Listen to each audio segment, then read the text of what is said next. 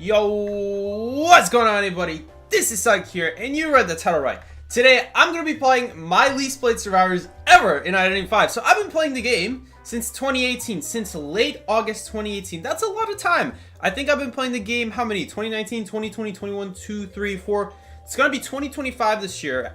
This August is going to be the 7th year in a row that I've been playing Identity 5, and we've been playing a lot of survivors in that time, ranging from the best survivors being Thief, Magician, and Coordinator, to nowadays the best survivors are like Mercenary, Priestess. Well, Priestess maybe not as much, but definitely it has expanded a lot more. Back then you would just see 2 Thieves, 1 Magician, 1 Coordinator. Yes, back then you could have duplicate survivors, because there weren't a lot of survivors back then. But nowadays we have so many survivors, and we have ranged from broken to ridiculously underpowered for the longest time ever. And some of these don't deserve to be down here. So, before I even show you guys what are my least played survivors, let me ask you guys, what do you guys think is my least played survivor? I'm going to say this real quickly.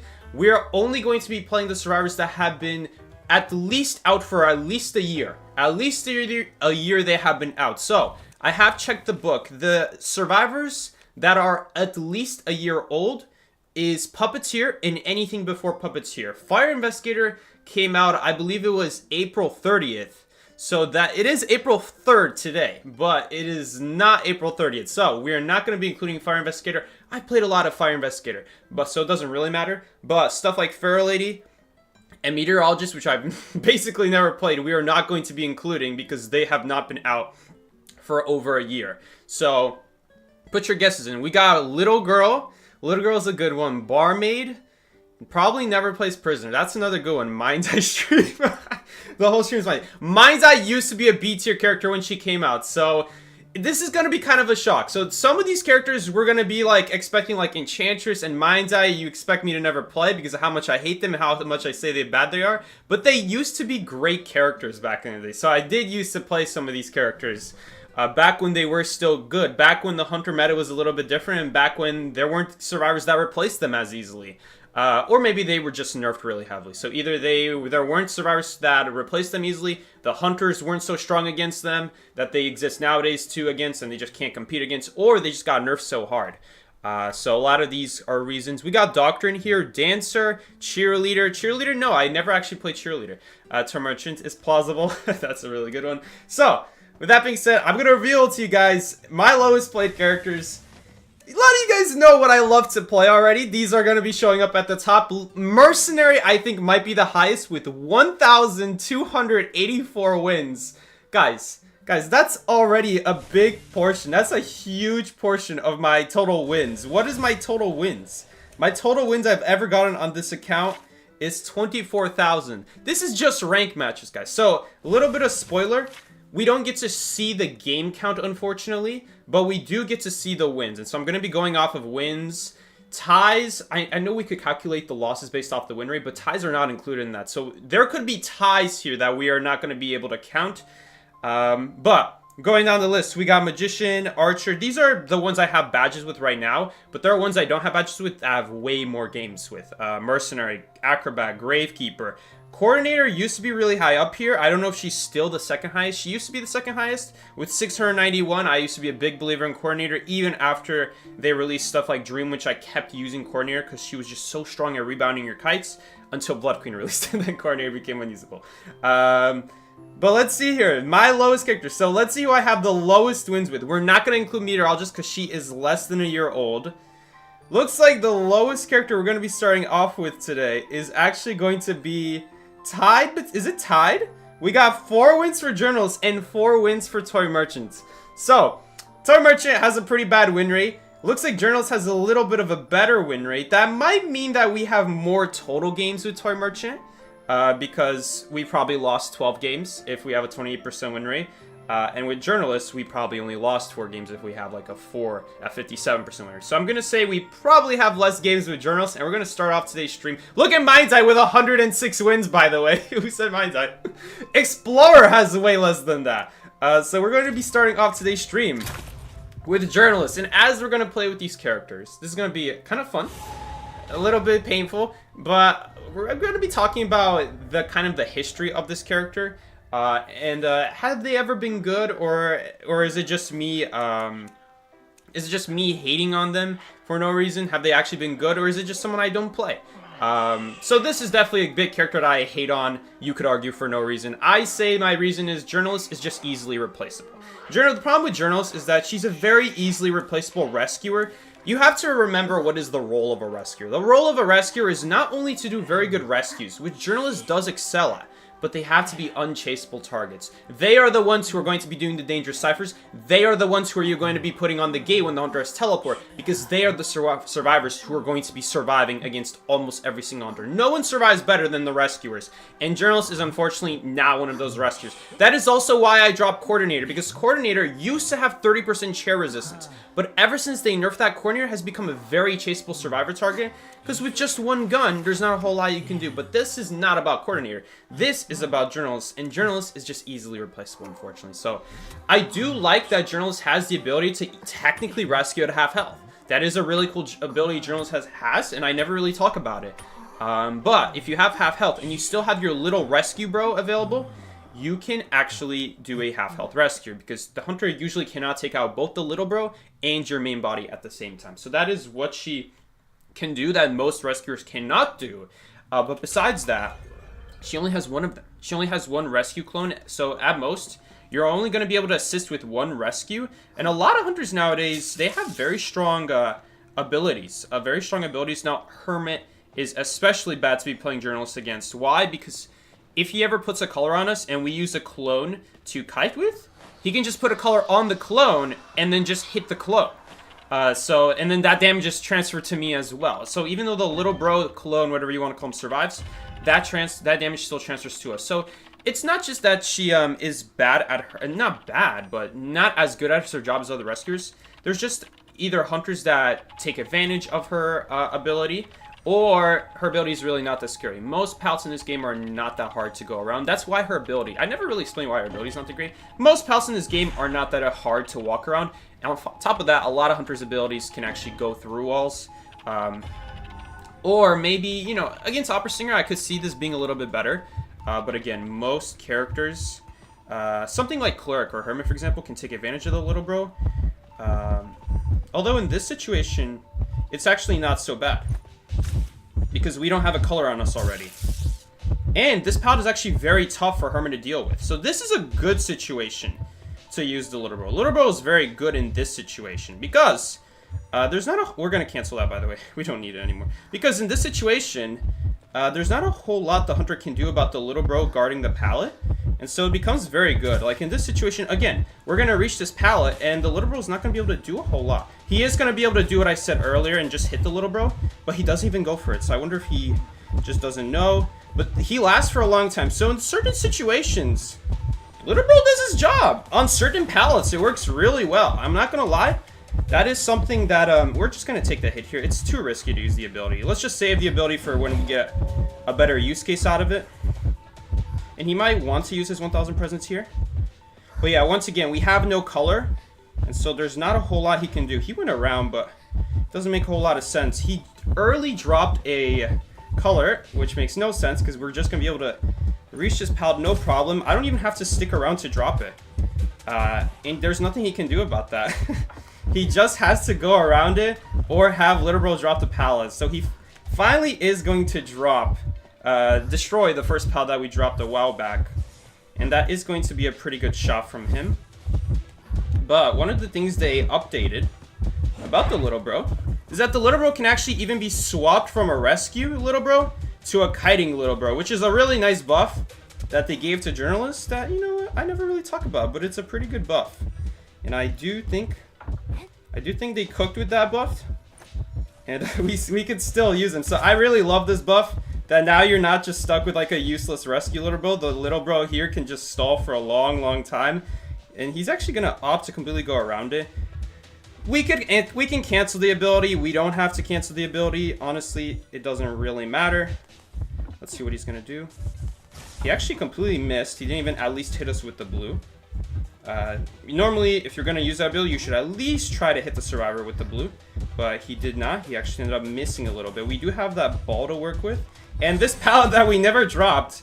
I mean, I just love this this situation with journalists. It happens to be that we were like in the perfect area as journalists because there's not a whole lot he can do about these pals. This is one of the few areas where when you use Little Bro, the hunter can't do a whole lot about it. And if we don't have a color on us, then he can't really take advantage of the Little Bro and me having the same color. Because remember, he can hit the Little Bro, and then the damage applied to Little Bro is also applied to me then. Okay, this actually is going to be a little bit tough here because I'm pretty sure he has 1,000 presents already up. Is he not going to use it? Maybe he doesn't have it up. We are going to die here, unfortunately. We can stall still with this window. This window is still very annoying. And he will have to... I really wish someone would, like, switch to blue here. Ooh, we got him. So if they switch to blue, I could actually survive a hit here. I just need one person to switch to blue. Okay, we're just going to call for an owl. No. Okay, it was a little bit late. Okay, looks like this guy has been checking me without me actually asking for the owl. So nowadays, a lot of people don't ask for owls, so I don't blame this here for checking me. I just never needed the owl, so the one time I did need the owl, unfortunately, he just assumed I'm not going to ask for it. And, you know, that's understandable. So that was a pretty successful game. And with how many survivors that I just don't play a lot of, I think we're only going to have time for one game for each today. Because I do want to move on to the next survivor. Because we're only going to have time for like 12-ish games or so. Hold on, let me grab my charger. My charger's under my desk. So we're just going to move on to the next character. One of the few survivors I don't have my deductions for. So that's another one that you won't see a whole lot of. My survivors deductions are mostly done on all my survivors. Even Mercenary. Mercenary used to have like a ridiculous one, like stun 3 times with a pallet. I mean, who's going to chase you as Mercenary? And on the top of that, when are you ever going to get a 3 pallet stuns when you do get chased? Usually you're just elbow padding away, dropping pallets early, and then the hunter, even if you don't stun them, doesn't really matter to stun them with Mercenary. So I don't even know how I got that deduction done. Maybe it was a friendly hunter, but... Now we're going to move on to my next survivor. My next survivor is that I've played the least with, Mechanic, with 271, by the way. So we're not going to be seeing Mechanic today, thank God. She used to be one of the best decoders in the game for years in a row. So that's why Mechanic is not going to be seen here. But we are going to be playing with... Who's next? It looks like the order changed a little bit because we won with Journalist. So Journalist is now higher up here somewhere. Oh, someone just gifted me echoes. What? Thank you so much. Whoever just gifted me echoes, 66 echoes. Thank you so much. That costed, what is that? Is that $1 still? Or did tariffs impact that? But we're going to be playing with Toy Merchant now. 4 wins. 4 wins. By the way, we just went up from 4 wins to 5 wins with Journalist. Dude, we just increased the amount of wins on Journalist by 20%. I mean, guys, that's pretty good. With just 1 win. So, there we go. Journalist, I mean, hey, that was a pretty good example of how good the Little Bro can be in that situation. Hermit, though, the thing about Hermit is that you could say a whole lot about Hermit. Hermit is also not that great because early game, he just gets his abilities back too slow. With full presence, he's actually really scary because he's getting back his 0 presence, his 1,000 presence, and even if he's not using it, he's still gaining charge for his second one. Unlike 0 presence. 0 presence, which is where he was most of that game, with 0 presence, the problem with 0 presence is that you shoot your shot and you're waiting on your cooldown. And when it's ready, you're not gaining your second one. So if a survivor's kiting you around walls like we did to that Hermit, he's just holding and holding and holding his ability. And he just never gets to use it. He's not even gaining his next ability. He's just stuck at a permanent 14-second cooldown. And his next cooldown does not start until he uses that first one. So that's why Hermit is just such a rough hunter on some areas of the map. A lot of areas on the maps, of different kinds of maps, have tall walls. At least one area on each map has tall walls like that, where you can just abuse them and Hermit cannot shoot. That's why sometimes you guys saw that Hermit just shot early, and he just hoped I would step in it. Because he's anyway not going to be able to use his abilities. So that's like a little bit of like Hermit in a nutshell. Why Hermit itself is not a great character. I actually have the wrong build. We don't need 3 tie turners. So Toy Merchant. Toy Merchant. Why have I never played Toy Merchant? Toy Merchant is actually a lot better character nowadays. But back when she released, she was one of the worst characters. It took her... They did so many buffs. Maybe alongside Dancer, she might be the survivor with the most separate buffs ever given to her. The problem with Toy Merchant when she first released is it took too long to drop the catapult.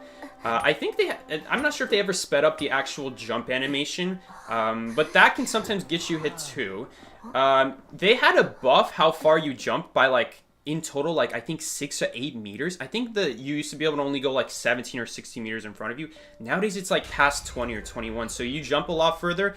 But most importantly, the glider speed. The glider speed actually used to be a lot slower than the Hunter. And nowadays, they have done a good job to make sure that the glider speed is actually almost faster than the Hunter. In fact, I think it is faster than the Hunter, which is really nice. Nowadays, wow, we actually have my abilities stuck on top of each other. Hopefully that's not going to cause problems. Okay, let's just get on it. So I've noticed that more recently we're actually able to use the catapult immediately, which is really nice. I think there used to be like a 1-second cooldown on that. Thank God they took that away. That was a really annoying thing.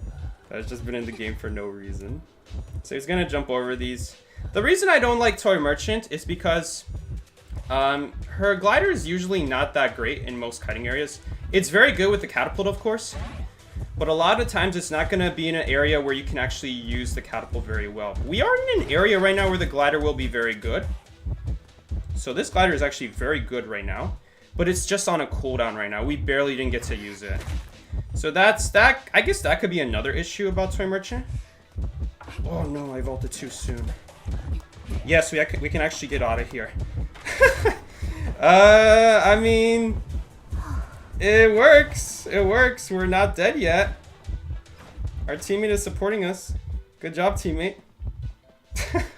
Unfortunately, we just kind of were like faced into a wall there, so I didn't really have a chance to go anywhere. You know, sometimes that's gonna happen, I guess. You know, the catapult actually used to take much less time to destroy. That's another buff that they did to the catapult, where it just takes a lot longer to destroy the catapult. Small, separate buffs like that have made Toy Merchant a lot better and a lot more annoying as a character to chase, honestly. I think at this point we're just going to leave and we're going to go back to my old catapult. Because this catapult is going to give me a lot of distance back, even without the glider. So you guys see, the glider gives a lot of distance when you can actually get a chance to use it. It's really hard to use it. Without your ability, it's really hard to get a chance to use it. In that situation, the cooldown just took too long. So a lot of survivors have cooldowns that are way shorter than this. Considering this is Toy Merchant's only kiting ability, I don't feel the cooldown should be 30 seconds, which is what it is right now. I feel like this could be reduced. I feel like they could still keep buffing Toy Merchant, honestly. Toy Merchant is still in a spot where she has her uses. She's become a lot better. But I still feel she's in this circumstantial situations where she's only good on the right maps. And even on the right maps, there's no guarantee that you're going to get to that area. That being said, though, I will say, the catapult being buffed, the glider moving you further away. We reached Hotel all the way from Tunnel, which I have to give props to the devs. Great buffs, because in the past, that would not be possible. The catapult glider... the glider would not be as fast as it is now. We would not have made that breakable window and fly it over like we did there in this kite. The glider itself, if we ever use the glider just without... Sorry, not the glider. If we ever use the catapult without the glider, it doesn't give as much distance. So it's not really as much value to ever kite back to it.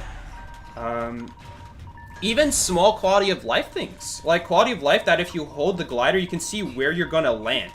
That used to not be in the game. You used to just have to test your glider to see if it's actually going to be in the right spot that you need it to be. If you're trying to use a glider to get into hospital... sorry, not a glider. If you're trying to use a catapult, I'm going to be messing those up. Good thing I never played Toy Merchant. If you use a catapult without the glider, because if you're going to a kiting area like hospital, you want to save your glider, right? And then just use your catapult to get into a hospital. You'd have to test your glider. Sorry, not your glider, your catapult. And if your catapult missed, then you're going to have to go back and fix the catapult. Because the whole point is not just for yourself, but so that your teammates can also use it to get into a hotel or hospital, whatever kiting area you want. I will say, in areas like this right now, with these open areas gates, where there's not really anything good to kite with, the catapult is extremely good. Because it'll give you a guaranteed 20-meter head start at the very least. And it doesn't take that long to fly across the air, even without the glider. The only issue is that a lot of hunters can just speed up. Like the hunter we're up against right now, Nightwatch, has that 1000 presence ability. So this man just used his warp, so that's it for him. We get another win here. I suppose one of the advantages of me playing the survivors is that even the hunters, I feel like they don't expect these survivors to be very good. So when I don't play characters like Journalist or Toy Merchant, you are going to end up getting chased more often the times you do. So if you guys find yourself playing these characters, you're going to find you get chased a lot more. Why? Because these characters are a lot less good. They're a lot more circumstantial. It's a lot harder to give value out of their abilities. And even if you are in the right area, maybe the pallets are broken for a character like Journalist. Or in the case of Toy Merchant, our cooldown was just taking too long to actually utilize the area in a way where we're stalling and stalling. I try to use the breakable windows to stall longer. I used the pallet upstairs, and that still wasn't enough time for the glider cooldown to come off. So still, I think that was still pretty good. It took a little bit of support from our Fire Investigator, but hey, that's the reason you guys should be playing Fire Investigator and not Toy Merchant, because look at that support. That was amazing support from the Fire Investigator. No movement speed is gonna fix that. They have to deal with that ball, and is gonna slow them down. So definitely play Fire Investigator. He's one of the characters that, even though he's newer, still got 54 wins, which is more than I can say about other like these other characters, which is pretty good. He's got even more than Cowboy, honestly. And Cowboy, I've made streams dedicated to this man. So the next character we're going to play, let's see who's next. So Professor is pretty low with 9 wins. Cheerleader is 14. Is there anything lower than 9 wins at this point? I don't think so. Meteorologist, ooh, Little Girl with 9. Okay, let's see who we have a worse win rate with. Okay, we have a worse win rate with Professor, which means we've lost more. Oh no, yeah, we've lost more with Professor than with Little Girl. So does that mean? Yeah, if they have the same amount of wins, but one of them has a lower win rate, that means that one of them has more losses than the other, or just more ties. So that means we played Little Girl a little bit less, because her win rate is a little bit higher. Means less losses, and if it's the same win count, then therefore we're going to play Little Girl. So what about Little Girl? Why have I never played Little Girl? Little Girl is another situational character. A lot of these characters are going to be situational characters. Like, they have a use case, and they do technically have a use every once in a while.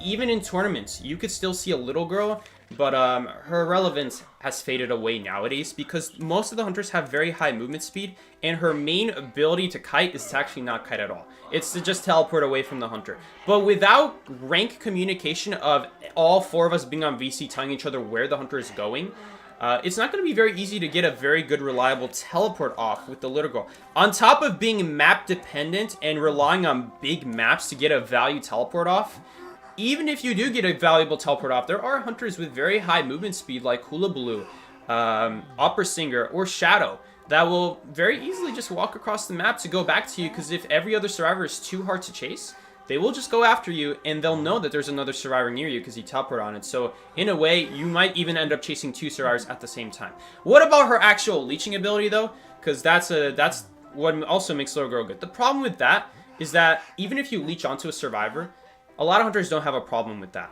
because that's now 2 people getting chased, 2 people not decoding, and if they ever injure that person that you leashed onto, you just pop right out.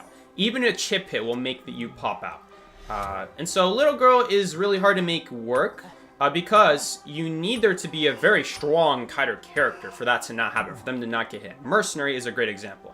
Wildling, when he's not on his pig, you can attach to him, and then he can get on his pig, and then you're going to still stay leech. But if he's already on his pig, you cannot leech onto him. This game, we don't have anyone who's really that good at leeching onto, besides maybe Coordinator. But Coordinator, she can just shoot for us without us having to leech onto her. Also, the map is not big, so we're not going to be able to realistically get really good teleports off. However, we can still see if the hunter's coming after us. We did pick a spawn where we can relatively easily see the hunter's shadow if they're coming to us. So if I do see they're coming for us, I think I will try to teleport to the what's it called? She is coming for us. The problem is it's Blood Queen. I have a feeling we're gonna die. She's just gonna mirror on us. Is it Blood Queen? I didn't really see too clearly, but I'm pretty sure it's Blood Queen. So, I mean, that does waste time, but there's another survivor right next to her. So it doesn't really give us a whole lot. And plus, we're now in an area where all the survivors are taken. So we actually slow down decode by doing this. We can still go inside of the church, though, and just do this cipher now. At the very least. Never mind, there's no cipher here. So yeah, this is kind of what I'm talking about, is that sometimes there's just not going to be any ciphers where you teleport to, and it's too dangerous to go do that other area. So by the time we even start the cipher, our other teammates already have 50. Imagine if we had just played a character who can counter Blood Queen, we would already be kiting her out, and all of our teammates would be working on a cipher realistically. I know Fire Investigator is kiting right now, but if we were the ones kiting, he would already be on his cipher right now. Probably having a lot more progress than we are right now by teleporting away, and then having to walk back across the map to the same exact cipher that we just left. So, what about the history of Little Girl? Little Girl used to be considered a very broken character. In my opinion, it was just okay. I never really thought that it was the most broken thing. But it could definitely feel stupid if the rescuer is exactly Mercenary, like I talked about before. Because Mercenary back then had, I think, 4 elbow pads. I can't remember if he had 5 or 4 back then. But he had a lot more elbow pads, and that was the most common rescuer. So it was especially stupid when it was exactly Mercenary who rescued Little Girl. Because back then, guys, you were able to immediately leech onto someone after you got rescued. Right now, there's a 20-second cooldown where you cannot leech when you get rescued. But back then, there was no cooldown. You could immediately leech onto someone after you got rescued. I believe even with Tide Turner, if I'm not wrong. I can't remember anymore. But that made her extremely good if it was exactly the right rescuer that you needed, because then that rescuer would just never get hit. And so in situations like that, it was very good. If you got rescued by someone like a journalist, you're probably not even going to be in range to leech onto her. Granted, journalist did not... Did journalists exist the same time Little Girl? Did the older journalists release the same time as the younger Little Girl? I can't remember anymore. I remember that Nightmare and Novelist released same time, and then Little Girl was along the way. I think journalists released later on. But anyway, back then there were times where it was good, but not amazing. It has to be the exact survivor, and if it was the exact survivor, hey, I'm not gonna lie, then it was pretty amazing. By the way, did that coordinator shoot her gun? To make that rescue on the balloon? I don't think we have another harasser who could have actually made that balloon rescue. So you know what? That was a good value gun. I guess she shot it while she was picking up. While the hunter was picking up, because then you cannot drop while you're in the middle of picking up. So you know what? That was a pretty good flare gun if she managed to time that. Otherwise, I don't know what the hunter's doing not dropping, if they had a chance to drop. Hey, sometimes you get surprised, right? Anyway, let's talk about a little bit about Little Girl's support. Little Girl's support is usually pretty weak. Oh, now it's pretty good. Because the problem with most Blood Queens is it's not that hard to just hit the survivor with your, what's it called?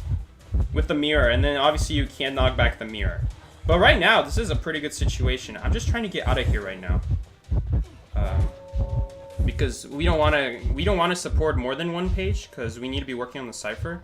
But also the hunter's kind of like in the way, so maybe it would be worth taking the hit. No, it wouldn't, because then it would be too easy to just mirror me and knock me down while I'm working on the cipher. Now if she mirrors on me, I'm still gonna survive at half health. And this is gonna be just enough time for us to pop the cipher too. So you know what? If she misses her mirror, the Little Girl page can be pretty good. All right, but usually against exactly Blood Queen, it's not gonna work out. So what do we learn from that? It's situational. The support ability is situational. It's not always gonna be good. In a lot of hunters, it's sometimes good. But this one we're up against is not good. So, again, another example of like a situational character where sometimes... I mean, right here, this is insanely good. This teleport is insanely good right now. If Little Girl doesn't get chased, her endgame potential is pretty strong. Especially because in a situation where a hunter is trying to quickly knock down the Fire Investigator, which they did in this game. But let's say they did, right? And then they see a Little Girl off in the distance who can't do the front game. They have to walk all the way across the map. Right? For a normal survivor, you could probably knock them down before they make it to the other gate. If you kill the Fire Investigator fast enough, you could probably make it. But Little Girl, even if you kill that Fire Investigator immediately and you pick him up, she's already teleporting away to the other gate. And so sometimes it can be very good. But again, these like situational survivors where there are hunters where they're not that bad against, and they do have survivor pairs. But the problem with these kinds of survivors is if you need a survivor to make your survivor good, that's generally not a good survivor, because either that survivor is going to get banned or no one plays it, or even if both of those things don't happen, even if someone plays it and they don't get banned, there's no guarantee that survivor is going to be near you to help you. And so that's kind of the problem with relying on a character to make your character good. Barmaid Seercom was a little bit different because Seer works at an infinite range, but even Barmaid is not always going to have the owl because he might have used the owl on someone else. That was back when Barmaid was a really bad character, and so she couldn't really realistically heal on her own. Nowadays, it's more likely, especially with the speed drink working, even when you're injured. The fact that you can now drink the speed drink when you were injured. Anyway, now we're going to play Professor. My other character, no problem. He's been talking in the chat. Sorry for cutting on the cipher. Actually, it's fine. Because you didn't die. I have a lot of people apologize to me or get mad at me for someone cutting on the cipher. Like, why did this person cut on my cipher? The thing is, if that person doesn't die and they just kited past your cipher, especially if you're a person who can support them and save their life, it's actually a good thing for them to cut on your cipher. As long as you don't die on it. That's the important part. As long as you can keep working on it, that's what really matters. Just let him kite, let him pass by, and then go back on the cipher. It's not a big deal. Because guys, come on, what's a bigger deal? Imagine if they went down and then I couldn't do the cipher. That's a big deal because the hunter's sticking around in that area now. They're not going to leave. But if that survivor keeps surviving and runs away, well, then now they also took the hunter with them. And if you could have supported them and saved their life, then that's even better. Now they're kiting even longer. Now your other teammates have more time to heal, maybe search in a chest to prepare for the late game, maybe even do a 6th cipher machine if your 5th cipher machine cannot be worked on. Hey, even if you're not working on the 5th one, you're giving time for them to work on the 6th. We're a little girl, so we can't really stall that long. So we realistically cannot do a 6th, but it's just a small example if you're playing a different kind of harasser. Usually it's fine. The problem is when they die on it. When they die on it, that's a problem. Because now the hunter's sticking around for that. So, little girl has her moments, but similar to Toy Merchant and similar to Journalist, too situational. Journalist, too dependent on the area. There are a couple hunters who also are really annoying for her. But Toy Merchant and Little Girl are even more so dependent on the hunter. Like most hunters, most of the meta hunters, they're just not that good against. Toy Merchant, if Nightwatch doesn't have his 1000 presence, hey, it wasn't bad. The catapult got his distance. The glider got his distance. Like, I'm not gonna lie, it was really good. And he even lost us. Thanks to the support of the fire investigator, though. So that was pretty good. And for Little Girl, if we were the ones getting chased, our ability would be useless. So let's just be happy we weren't. But anyway, Professor, very similar story. This is why I don't play him. These very mediocre characters. Like, these are characters who, they do have a use. They do have a use, and every once in a while in tournaments you would see them in history. Right now, Little Girl is not very commonly used, but in history, if you're up against something like a Bonbon or a Clerk, who has no great movement abilities to deal with a Little Girl teleporting across the map, you might see Little Girl, honestly, spawning on, like, Moonlit in the corner, and then if the hunter goes after them, her teammates will tell her, and she'll just teleport to the other side of the map. And that is very good, because that hunter has no great movement. Warp also didn't exist back then, so you just have to run Teleport, which is a lot less versatile. You could only choose a Cypher as opposed to Warp. You could just Warp wherever the Little Girl went, with the distance, of course. So, along with Warp, not just the hunters, but even Warp has made Little Girl a lot worse. Along with Toy Merchant, because you might catapult away and you might land in the open, and if the hunter has Warp, you're in trouble. Which is honestly what I thought was going to happen with that Nightwatch match, but he didn't end up doing that great of a Warp in the end. So, Professor, similar story with the other survivors. Is he gonna drop a peeper? Looks like a peeper. Yeah, the way he just stood still with the red light. I'm not sure if there's a cipher in that corner. We're just gonna go here because I know there is a cipher here for sure. Just to limit the amount of time we're walking around. So that cipher does have a lot of progress. Fire Investigator did end up going down right as someone else finished their cipher, and my progress is pretty high. Unfortunately, Antiquarian is pretty low because she ended up having to run away from the cipher, I think. Because I think the Fire Investigator was kiting here. I'm not sure. I think we will rescue one time here. Maybe he'll rebound. There is a good pallet right here. He does have a scale in front of him. Oh, I don't know if we're actually going to make it. Oh, yeah, I don't think we're going to make it. Yeah, let's get out of here. Let's play it safe. The problem is now that we're not going to actually have my ability back up when he chases me. So I haven't talked about Professor. Professor has never really been nerfed. And he's never really been that buffed heavily either. In fact, he actually did get nerfed. His scales on the map went from 3 to 1. So right now there's 3 scales on the map, but right now there would be 5 had it not been for that nerf. I feel that his cooldown is too long. And on top of that, a lot of abilities, his ability doesn't do anything against. Like, it's not going to do anything against wind pulling. They did make it a lot better with preventing stuns, and that was a big change, I'm not gonna lie, but that's still dependent on the hunter. We still needed to be the right hunter. And since hunter gets to choose their hunter last, they just don't have to go the hunter that Professor counters. And even then, it's counters with quotation marks. Because if you prevent a cat stun on Anne, then that's only good if there's a pallet or window between you guys. If you prevent a wax artist wax stun, then that's only good if then you could get behind a wall immediately after preventing that. Because otherwise, they're just going to immediately hit you. Or just reapply the wax if it's wax artist. And so it's not that great. Just by itself. You have to combine it with the right areas, and so that takes a more skilled survivor who's experienced with the survivor. I'm not saying that you can't do it. You definitely can do it. I'm just saying it's not a bailout. So it's not a bailout situation of just using this ability and you always live. Against Nightwatch, for example, we're always going to get sucked by the wind. We're always going to get slowed down by the wind. So even if we prevent his basic attack afterwards, a lot of hunters can bait it out. Swing in the other direction, or they just attack so fast that it's really hard to react to it. I will say though, Professor does have a little bit of a buff compared to other survivors, where he makes the attack, I think, 0.3 seconds slower. I can't remember. It says here somewhere. He makes them swing 0.17 seconds slower, which is not very good. It's not really slow enough. So a hunter like Nightwatch still attacks pretty quickly. He just tried to bait me right there, but he's not even in range. But like right here, we actually managed to get it off. But you see how fast he attacks. It is really hard to time it. I don't know if you can realistically time it. Honestly, wow. Okay. So he just immediately broke it. I don't know what his plan is. I think he just destroyed the ball, looks like, and now he's gonna leave. A little bit weird, but all right. So in that situation, it was really good. But he's a very fast-swinging hunter. In another universe, we might have not gotten that. It might be possible to actually parry the hit, to kind of block it. It might be possible. If you play on high FPS, you'll have more frames to work with, and it'll be easier to see when the hunter actually swings. We need to get away from the Cypher right now. I hope he doesn't get his wind back. Okay, he did not get his wind back. I will say, the other advantage of Professor is that we do get infinite ability, but again, if the ability is not that amazing, it doesn't really matter.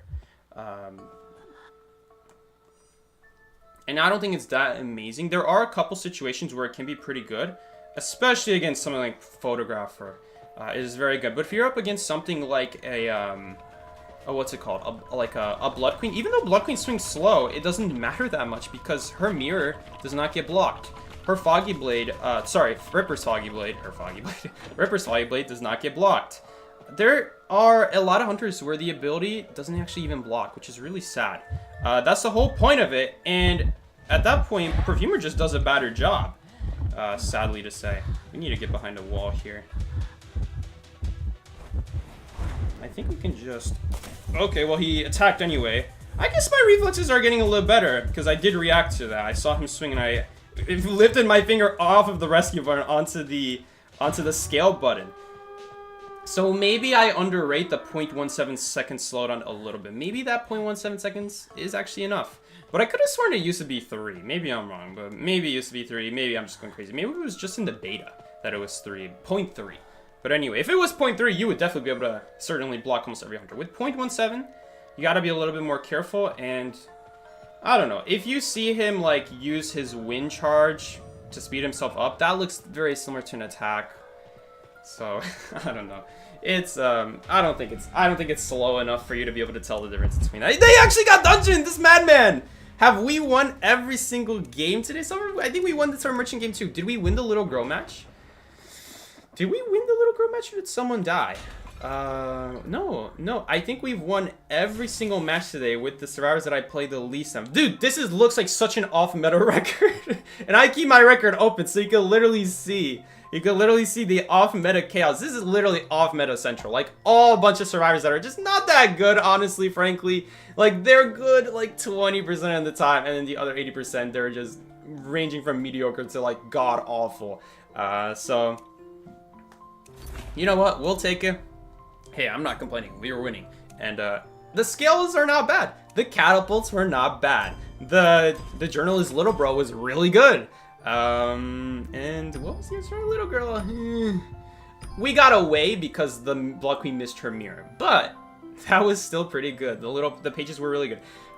I hope that the idea with these streams is that even though I crap on these survivors, if I were to still play them, you could still play them well. Like, there is a way. If you're a top survivor who has played the game for years and years and years, it doesn't matter how much you've played these survivors.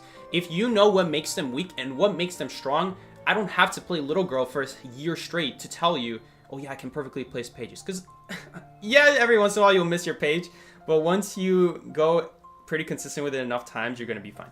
So, I think we found our next survivor here that we're going to be playing next. Puppeteer, one of the newer survivors, but, oh, this is the definition of circumstantial. If there's any survivor that I could tell you right now is circumstantial, it has to be this guy right here, because he's only good against like 300s in the game, and the rest, you use your ability back, you use your ability, and their ability comes back too quickly to make it worth injuring yourself over. So, that's why it's not that great. Besides that, you also you also can't heal yourself very easily. We also have Postman, who's pretty down low here with 13 wins, tied with Puppeteer. Enchantress with 37, Prospector with 29, Cheerleader with 14. But I think we are going to be playing Puppeteer first. We'll play Postman next, and we'll talk about Postman later. But for Puppeteer, I know I said those other survivors were circumstantial, but this guy might be the most circumstantial of all. Even Little Girl, I feel like the teleport is more handy against more hunters than Puppeteer's ability to damage himself in exchange for being invincible for 8 seconds. It's not that great. If you want to be invincible for longer than 8 seconds, just play Gravekeeper. He's invincible for 35 seconds compared to that. Puppeteer's purpose is supposed to be that he gets multiple ability uses, and off of chair, he can again use those abilities. One time, granted. But the problem with Puppeteer against normal hunters is that hunters get their ability back too quickly a lot of the time, and most of them are carrying Blink. So after you use it twice, the hunter's already ready to kill you without them even really doing much. Some hunters, like Blood Queen, it's much better because they have to use their ability before you use your ability, so you can react to it. But there's other hunters like Violinists that are really awkward because you don't know if you're going to dodge it for sure. So you might just use it and you might dodge it, and now you just injured yourself for 1/4 damage. So the whole idea, the whole purpose of Puppeteer is countering 3 specific hunters in this game. His whole purpose was released to counter 3 hunters in this game. Opera Singer, Shadow, and Goatman. Which, if you noticed, we banned all of those except Opera Singer. Which makes Puppeteer one of the worst survivors to go in rank because of that. Because even against Opera Singer, you could just go something else that I think is more versatile, like Magician. Still does good against Opera Singer, but also does really good against multiple other hunters. Very versatile survivor. I'm just not a big fan of Puppeteer because of that. His lack of versatility and pinpoint accuracy required to target specific hunters really costs him points, because in rank, you don't know who the hunter opponent is. I think in tournaments, you see him a lot more, because, couple reasons, you can't ban hunters, as many hunters, in tournaments. That's the first reason, biggest reason by far. But the other reason is that you know without a doubt who your opponent is. You know what they main most of the time. If you have someone on your team who did research about them, you know what they play, you know what they're going to play. And so Puppeteer can get a lot more value because the top tier hunters that Puppeteer counters are so good that even if there is a Puppeteer on the team, they're still going to play those hunters, which means Puppeteer always gets value in those situations. But it's not that good in rank. So this is not rank. I see someone in chat here saying many players using him, especially in tournaments. Yes, but there's a reason why. Bans, and also you know who your opponent is. And the top hunters are so good. The Opera Singer, Shadow, Go-Man, and Hula Blue are so good that even if there's a Puppeteer on the team, Puppeteer is not a big enough deal for them to not pick that character. Sorry. Did I say Puppeteer is so good? Those hunters are so good that it doesn't really matter if Puppeteer is on the team. Which I think should say something about Puppeteer. That does mean that Puppeteer always gets value, but it also means he's not strong enough to carry the whole team against that hunter. Which means that even against the best hunters, he is just a good enough character. He's not like gonna be a character who's gonna hard counter Opera. He doesn't really hard counter Opera Singer, if I'm being honest. Every once in a while, in the right area, he can hard counter you. but he's going to need so many good pallets and windows in a row.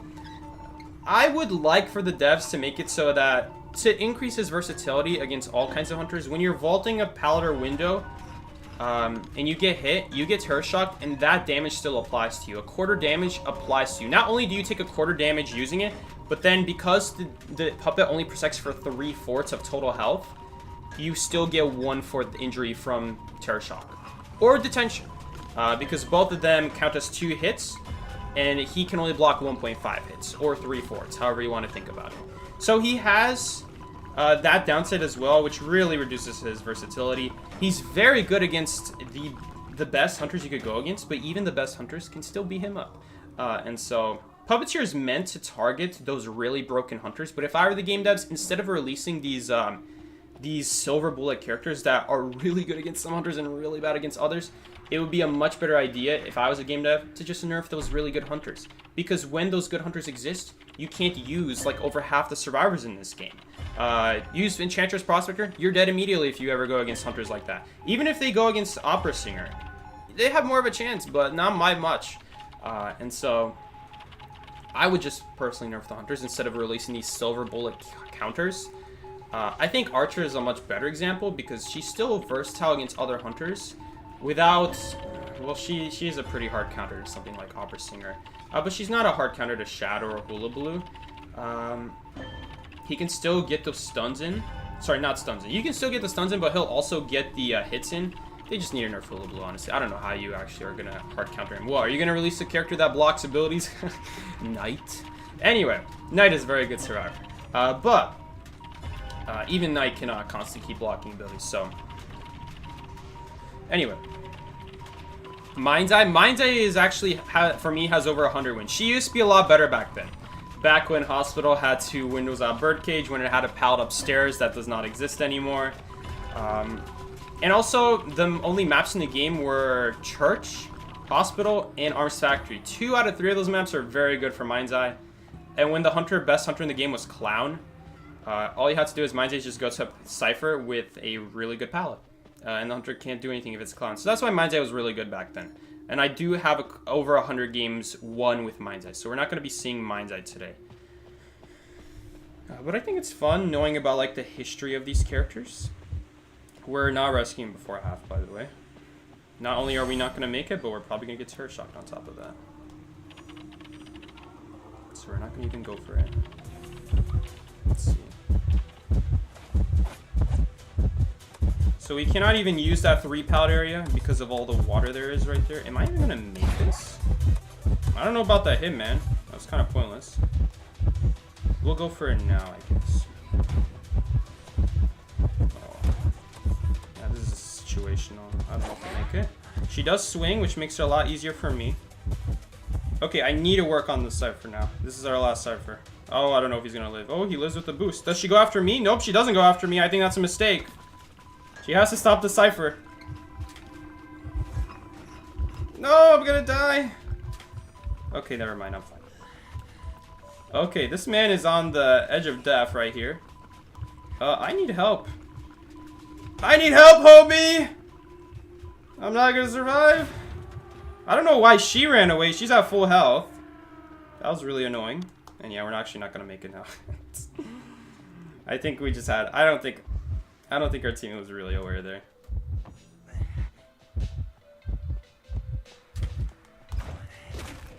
That was actually not that good of a use of Cheerleader because we got slowed down after we finished dropping the pallet.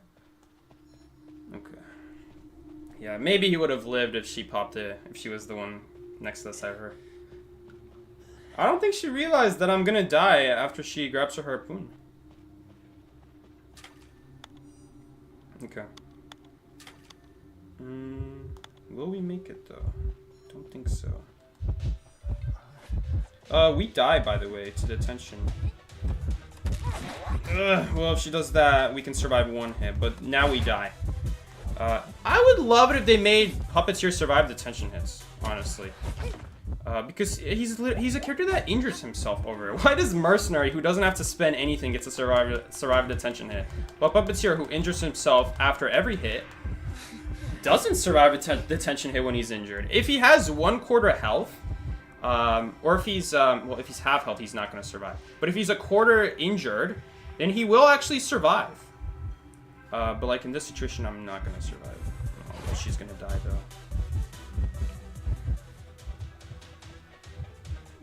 We could wait out the tension. And we will survive a hit then. Maybe she'll make a mistake. Yo, that counts. Okay, cheating. Come on. Let's just use it. It removes the water. Do I have a window boost? We do not have a window boost. So many like debuffs in the top left. I'm not even sure like what the debuff is that I'm looking for. Or not debuff, but I mean buff. We're looking for a buff right now. We actually are about to finish our deduction, which is pretty cool. That's how often we've played Puppeteer that we're not even able to finish this deduction. He can survive detention full, yes, but that's not. He's not always gonna be like that, and hence makes him a really circumstantial character. Remember the fact that he is used to counter top tier hunters means that he can't really be buffed, but he's so bad against those other hunters. And Knight is one of the better ones to go against, to be fair, because you just go in a straight line. If she grabs her harpoon, then you use your Puppeteer. You only take a quarter damage. And then what's it called? Hold up, we need to look at our next survivor. And then you don't get any water out of it if you went in a straight line. Or you could do something else. You could kite in a way where you take some water, escape, and then she needs another harpoon, and then you use your puppet for that water. And it's pretty easy to react to. So he's one of the better characters against that, but he still injures yourself. It's so expensive. It's just better to pick a better kiting character who would also survive that hit, or just dodge it, avoid it completely, and doesn't take damage for it, which is a much better deal. Puppeteer is one of those for people who are struggling to connect areas together in a way that is coherent and that your ability makes sense to use. And so for people who don't know how to connect your ability together to those other really good kiting areas to destroy the hunter with, they rely on that ability that just gives you invulnerability. And you know, in that case, it's good. But at the highest level of the game, I feel like I could do more if you had given me a different rescue character. Because remember, yes, I made that rescue, but it cost me 75% of my health. Which, again, and we also had a hope that the hunter swings at my puppet there at the chair, which helped me as well. If she didn't do that, then we'd be playing a guessing game for Terror Shock, and it's not great. Hello, Psyche. Identity 5 is here. Identity 5, you got a lot of situational characters on your hands. I know that Puppet can block detention at 75%. That's why I said that when he's quarter injured, he'll survive. But not at half injured. Because at half injured... Well, I guess if you go from quarter injury to half injury, you will also survive. But if you go from half injury to 3/4 injured, you will not survive. A lot of the times, you're going to be going down when you're at half health already. And so after that, the Puppet is not that useful. If you're getting chased, that is. Endgame, it's more helpful. But guys, come on. Be real with me. Is 8 seconds invincibility? 8 seconds plus another 8 seconds if you start from full health is pretty good, but 8 seconds by itself. Especially when it's so easy to bait, just swing in the other direction. I don't think it's that great.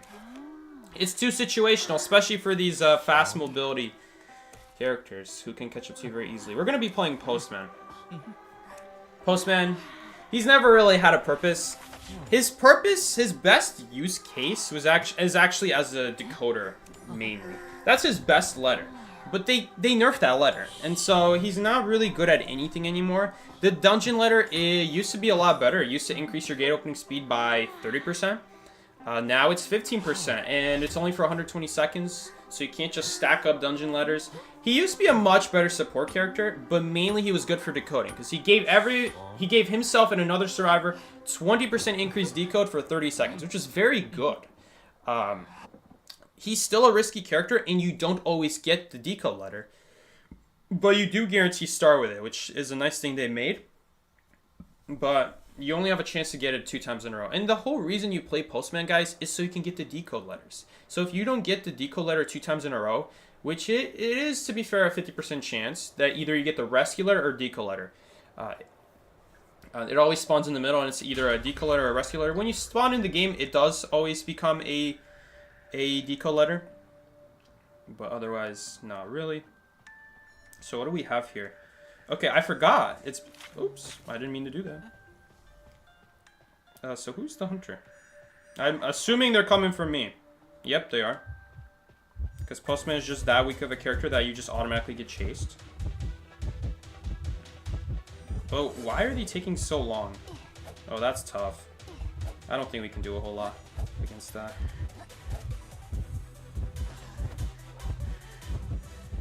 Oh no. This is so bad. This is really bad, guys. I don't think we're gonna make this. Oh, we do. Ugh! I accidentally switched to the hope letter. That's funny. None of my letters actually do anything here. Farewell might be the most helpful, but... So, right now, we are getting Blood Queen, which is the reason why you can't play half of these characters. Every single character I've shown today dies really bad to Blood Queen, which is the biggest reason why I don't play these characters. That Blood Queen is just one of those characters where she gets countered so easily, but then there's nothing you can do if you just don't pick the right character. So characters like Enchantress, Prospector, Postman, Toy Merchant, Little Girl, Professor, every single character we've played today up to Postman dies really bad to Blood Queen. And Blood Queen is one of those hunters where you don't play her if everyone counters you, but if there's even 2 survivors that you just destroy with 2 mirrors, she played a really bad first mirror, so we were able to survive that. But even if you survive the first mirror, she has her blink. And so Postman, these kinds of characters, I could talk all day about their downsides, but by far the biggest one is because of Blood Queen's existence. Blood Queen's... That was a really bad... What even was that? Blood Queen's existence makes most of these survivors not usable, honestly. We do grab her. And I don't have really anything to give. I don't need the boost, because I already have a window boost anyway. I would have loved if I got like a movement speed letter. Okay, we actually can survive now, because that's another really bad mirror. Teammate, follow me! I'm out in the open, just for you. She broke that. Interesting that she broke that. Well, I guess she's gonna have to... She's just waiting for her next mirror anyway. Okay, she's stunned, but the stun doesn't do anything because she's just gonna mirror now. Okay, we predicted her, but can I survive is the question. Oh, yes, we do. I'm just making sure the mirror is not gonna be next to the... I don't need the bullet now. I can actually survive on my own. I need to move the Postman letter button because I keep pressing it. I'm just trying to move my screen, and I keep pressing it by accident. Okay, so... We've been getting some good support. Where is she? Where did that ping come from? I think from down there. Hold up. Where is she? Oh, right behind me! I heard the sound. Oh, I think she's trying to hit me with that mirror. Oh, no. She's trying to hit the archer. Gotta be careful here. Yep, archer went down. She wasn't careful. I guess it doesn't matter. Wait. Postman support! Oh, wait. It doesn't work? Oh, I guess you have to grab after. You have to shoot after. That's so weird. So Postman is the only person with that kind of interaction. Okay, that's kind of funny. Okay. Well, that takes away points for versatility. Because you could just drop once you fully pick up, so that's not that great. At this point, it doesn't matter who she goes after. The Cyber's Prime. So we did end up surviving there. It did take a couple bad mirrors. But again... Had that player just played a little bit better, I should really be cycling my letters. Hold up. Let's send it to the fire investigator here. Hopefully he dies. He dies. No, he doesn't die. I was hoping he would die. Wait, does she not have detention? I wanted to send someone who's dying a dead letter, and then right as they die, the dog delivers, and then it'll refresh my letter, and then I could get my dungeon letter. But this dude actually survived a hit. That's crazy. So that's a small thing you can do with Postman. When you send someone who's dead on the ground a letter, you actually don't get a cooldown. But it does still refresh your letters, so you can kind of abuse it to get the letters you want. It still takes time, but hey, right there in that situation, if he died, it would refresh my letters, and now we have the dungeon letter to send to the little girl. I'm just gonna escape. So hey, that was pretty good. I definitely think, I don't know if the archer support actually did a whole lot, honestly. She kept shooting in a situation where we already dodged the mirror. She didn't ever shoot when we were in the middle of getting pursued by a mirror. We had to deal with that ourselves. So, I'm getting mail for someone who gifted me the echoes. I don't even know who gifted me the echoes. Someone gifted me 66 echoes this stream. Did anyone say who it was? But anyway, I could sit here and talk about all day about why this character is not as great as they could be, and I could say, oh, they could buff this about them, or they could do that. But at the end of the day, the number one reason why I will still never play these characters, even with those buffs, is because of Blood Queen. Blood Queen is just one of those really salty hunters where I hate going against her, because if you pick the character that dies to them, you die, as long as you don't miss a mirror. And you're never going to get a winning kite. They have to literally be bad and start missing mirrors. Or you predict them, which we've had times where we were able to predict them or use our area to our advantage, where there's like a tall wall or like an obstacle in the way where they can't really get a nice hit on the mirror with us. But for the most part, that's not going to happen as long as they know how to use their mirror. So Archer has 16 wins. We're not going to count her because she's less than a year old. In fact, she just came out. I got to wash my hair today because it's a mess. Cheerleader has 14 wins, so I think we are going to play Cheerleader next. Does anyone have 14 wins? Anyone has 14 wins? Let's see. Meteorologist has less, but she's less than a year old, so we're not going to play her. But Barmaid is pretty low, actually. Toy Merchant, Journalist, Professor, we already played those. Postman, we just played. Puppeteer, we just played. Little Go, we played. Painter, Embalmer. Yeah, so it looks like we're nearing the top of the list where we've played 212 wins on Thief. Some of those wins are back when Thief was like S tier back in the day, back when the best hunter was Clown, and that's because he had 15% vaulting speed. But nowadays I play Thief because the flashlight has actually made him good, and there are a couple of maps where he's just one of the best survivors in general to be playing on those maps, like Church, and sometimes Ever Sleeping if you're at the graveyard window. But there we go. So we won that match. We should have tied or lost. Had that Barmaid been more accurate with her mirrors, we should be dying every single time she mirrors. And if she ever misses, that's where she has the blink backup. But she was messing up too many mirrors for her to still win that game. The hunter only banned two characters. I guess they couldn't choose a third one in time. Cheerleader. Okay. Well, that's Postman. They should really bring back his decode. Even when he had 20% decode, I never felt he was that ridiculously good. He depends on luck to get his decode letters all the time, especially back when you would send someone a letter and they went down. You would not get it back. So you were not able to refresh your letters back then like the way you are now. But even though you are able to do that now, and you're not punished for trying to send someone a kiting letter and then they die, the kiting letters are not that amazing. Most of them are not going to save you against hunters. The best one is the window boost letter, but I always had a boost ready for whatever I'm vaulting. So if you have that boost, it's not going to prioritize the letter boost. Still, I feel like they could buff it so that the letter boost prioritizes first, but it is not as fast as the regular boost. So I understand why they don't do it that way. Still, at the end of the day, why don't I play Postman or any character before this that we already played today? Blood Queen is the number one reason. You have to, in today's meta, Blood Queen is a hunter where she's really bad if you counter her, and she's really good if you can't counter her. There's no in between. You either counter her ability or you don't.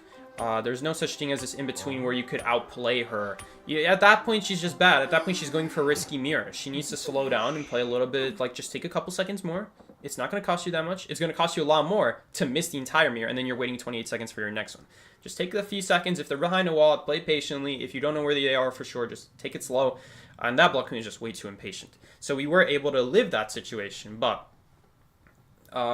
realistically, if I were going against Spritzer, we would be dying there. There's no way we can survive 2 mirrors. More than 2 mirrors. We survived, actually, one of the mirrors, and we survived even more later, but that is because they were just way too impatient. So that's my biggest advice. If you guys want to rank up in 95, my biggest advice is don't play these characters, because if the hunter goes Blood Queen, there's not a whole lot you can do. You also don't learn a whole lot out of it if you're trying to actually even improve at the game.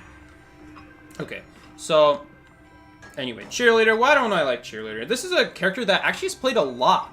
This is not a bad character by any means, but personally, I don't like her because, again, the lack of versatility on abilities is what really turns me off from a lot of these Survivor characters. Versatility makes a big deal in rank because you don't know who your opponent is going to be. So when you don't know who your opponent is going to be, you might be picking a Survivor ability. Oh, this man thinks I already dropped down. I'm actually just circling this area. Okay, now that he's going from that side, we are just gonna evolve right away. But, the problem with Cheerleader is if you ever use one of your cheers, you usually have to use both of them, which means then you don't have any abilities. That's why I don't really like Cheerleader. I like a survivor who can choose more carefully when they want to use their abilities and not forced to use it just because they used one. Oh! Still wasn't enough. Okay. That warp doesn't do anything. Warp is really bad here because we're already at the powder area. So in this situation, I don't really need these abilities. They don't really do anything for now. We'll use them now. How do I cheer myself? I have to use it. Wait, he dropped it. This is really bad. But if I don't drop it there, then I... Wait, dude. Oh my god, it's so long. I thought it was shorter than this. Wait, we actually might survive now. Wait. Ooh, that's still counted at the very end. Too bad. So, with Cheerleader, if you ever do find a place where the hunter wastes their ability or something like that, but you already committed yours, you're kind of forced to just go with the palette that you could have saved had you just been playing a character that is not going to slow themselves down after using your ability. So very often, if you ever use one Cheerleader palm, you have to use the second one. Because if you don't use the second one, it's such a huge slowdown that all that distance you gain gets canceled out. And then remember, your second one is also going to slow you down because you didn't chain it with the first. I don't know if we're going to be able to win this game, guys. Just because of the fact that we went down a little bit too early, so we don't have really another cipher being worked on yet. Oops, I didn't mean to do that. I meant to ping. Maybe he, like, misses? Oh my god. He actually did. So he still has a warp that he just never got to use. The warp is right now completely pointless. There's nothing he can use with that warp. And he already revealed he had warp earlier, so... Oh, you know what? I forgot that we can boost myself by cheerleading someone else, and we get a 5% movement speed out of that. So because of that rebound, we are actually probably going to be able to live here. As long as he doesn't do a fast rescue, Lawyer is going to be able to finish that cipher on time. And he even has another shovel, so he's going to get a very safe rescue here. Even if he gets, even when he comes out of shovel and he gets foggy bladed, as long as you spam the rescue button, Ripper just swings too slowly to hit you a second time. So we should be fine here. And he did wait long enough, so we got a pretty good, this is a pretty good rescue player. He knows what he's doing. Now if he gets hit, that's okay. As long as he doesn't get terror shocked. Okay, he misses no recovery attacks, so now we're just gonna... You know what? We actually cannot take advantage of... We can't use the roller coaster, because if I use the roller coaster... But if I use the roller coaster, he's forced to use warp. Do we want that? I'm gonna die anyway. Let's just force it. And we do die closer to the gate. But dude, it's okay, because at this point, he's not gonna be able to catch up. Wait, am I actually? No, I don't think I survived here. Did he at least sit on? He didn't even get on the roller coaster! Oh my god, we might actually even get a 4-man here. He just gives it to us. He just gives it to us. He's had enough of that game. The roller coaster is flying in the background as we're escaping in midair. We have become a bird. That is what it's like to become a bird in Identity 5. Cheerleader, right here. Only on this stream will you see a survivor literally become Nightmare. Holy crap. What is that? Not even Nightmare can fly. Okay. Well, you know what? Every once in a while, you'll still live. You'll still live. You can still outplay the hunter. Look, Ripper is like another hunter I hate because he is just exactly like Blood Queen, where every 20 seconds, if you don't have an ability to counter it, he just gets a guaranteed Foggy Blade on you. We almost dodged it when we vaulted the pallet, but he still hit us. It was a decent kite, especially because that man thought I silently vaulted that window, which I feel so bad for him. He didn't even turn around and he didn't even see me standing on the other side of the stairs. I was gonna like do a circle around the staircase because one thing I've been practicing with that area is that you actually have so much distance starting there. if you know the hunter's coming for you, that you could probably get like a big circle loop before you're forced to use the window. Because the moment you use the window, you kind of have to use God Corner at that point. But if you can get some extra value from that window, from just your free distance, instead of just standing there. Because remember, when people run to that window, they're just standing there. That's a lot of distance wasted. So I'm like thinking, is there any way I could run a big circle, loop the hunter without doing anything, and then use the window when they're closer? And that was what I was gonna do, but he just kind of went behind to start thinking I bolted the window, so that's fine. I actually don't know who is next after this. Who do we have more than...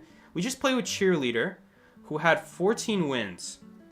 We're looking for something with more than 14 wins. Who's got more than 14 wins? Doctor's at 20. Explorer's 20. Doctor's 22. Explorer's at 20. We might be playing Explorer next. So yeah, that's why I don't like Cheerleader. Cheerleader is a good character, don't get me wrong, but it's just not my cup of tea, because for me, I don't like to, similar to Puppeteer, I don't like the brainless aspect of having to commit so hard into using my ability when I don't even know if it's going to give value. Puppeteer, Cheerleader, they're forced to use their ability usually before the hunter has to use theirs. Again, when we went against Nide, not really.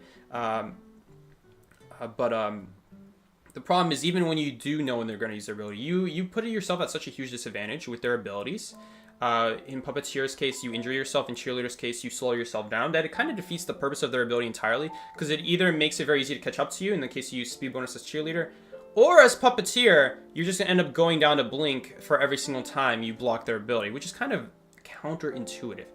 The whole reason Puppeteer is good, I should add this as well, is because the hunter meta, the top best 4 hunters are so good at killing, they could kill you before their blink is up. That's why Puppeteer has become so good in tournaments, because he can counter those hits early. Oh, we're actually going to be playing Barmaid next, because Barmaid has 17. So yeah, it looks like we're going to play Barmaid. Barmaid doesn't deserve that 17. How many wins does she have? 17. Barmaid doesn't deserve having 17 wins, if I'm being honest. Barmaid deserves to be played more, but the reason I don't play her more is just because there's better characters. Barmaid herself is a fine character, but the reason her number is so low is because she was one of the worst characters. They've had to buff her, similar to Dancer and similar to Toy Merchant. They have had to give her so many individual buffs over multiple years, because they didn't want to over buff them, so they just added small ones that didn't change the character at all. For people who are experienced at the game, I can already tell you what is going to fix a character or not based off the buff they gave. I can tell you confidently, most of the time confidently, if it's not a rework, that I can tell you, if it's just a small number change, I can tell you if it's going to fix them or not, because most of the time, they're usually changing stuff that does not fix the character. Why? Because the devs usually don't want to over buff a character, but I feel like every character deserves a spot in the sun at some point. So what is the thing about Barmaid?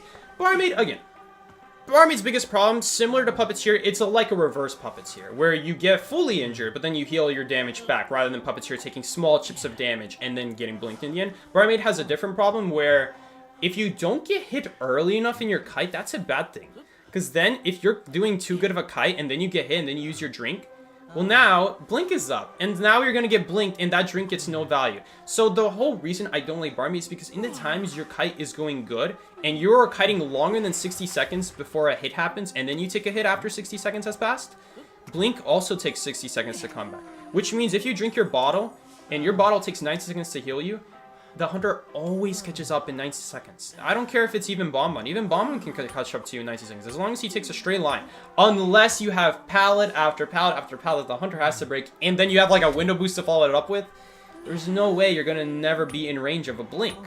Nowadays, you have a different problem. Nowadays, if you play too hard around blink, you might actually be playing harder into ward, because the whole situation with blink is that you don't want to... You don't want to slow yourself down dropping pouch windows, so you're better off going in a straight line just to stall the blink, but then that makes warp very good. So if they have warp and not blink, then you make yourself bad to warp.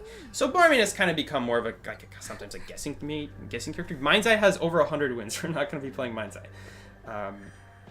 Yeah. By the way, where did this hunter spawn at this cipher didn't get blocked? I thought they spawned at the, didn't they spawn at the Graveyard Gate? Or did they not spawn at the Graveyard Gate? Who's the hunter? Nightwatch. Remember, guys, if you can miss the calibration to see who the hunter is early, go ahead and do it. It gives you a lot of information and, you know, a way to plan your kite. Although I'm not going to expect to kite. I hope he doesn't come this way. I'm going to let the fire investigator kite here because Obviously, Fire Musketeer is a stronger kiter. Ooh, what the hell is this? Did you just take a lucky guess? I think this man took a lucky guess. I'd rather not take a hit here. Oh, no, it's still hit. Oh, he's got peepers, which is a lot better for us now. It means that he doesn't have blink, which is exactly what I just said we need to avoid. Now we don't need to worry about it.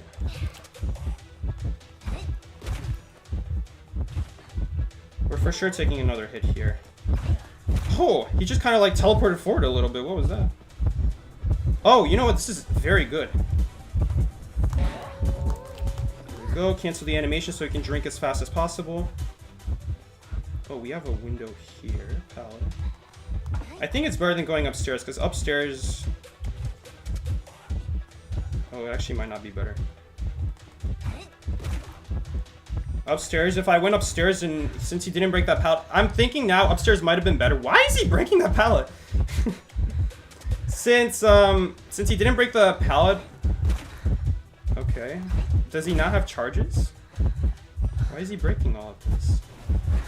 They're bad pals to break. Cheerleader support! Okay, problem is that he is gonna speed up one time here, but we should be fine. No, I mistimed it again. Slightly. Well, it was better that time.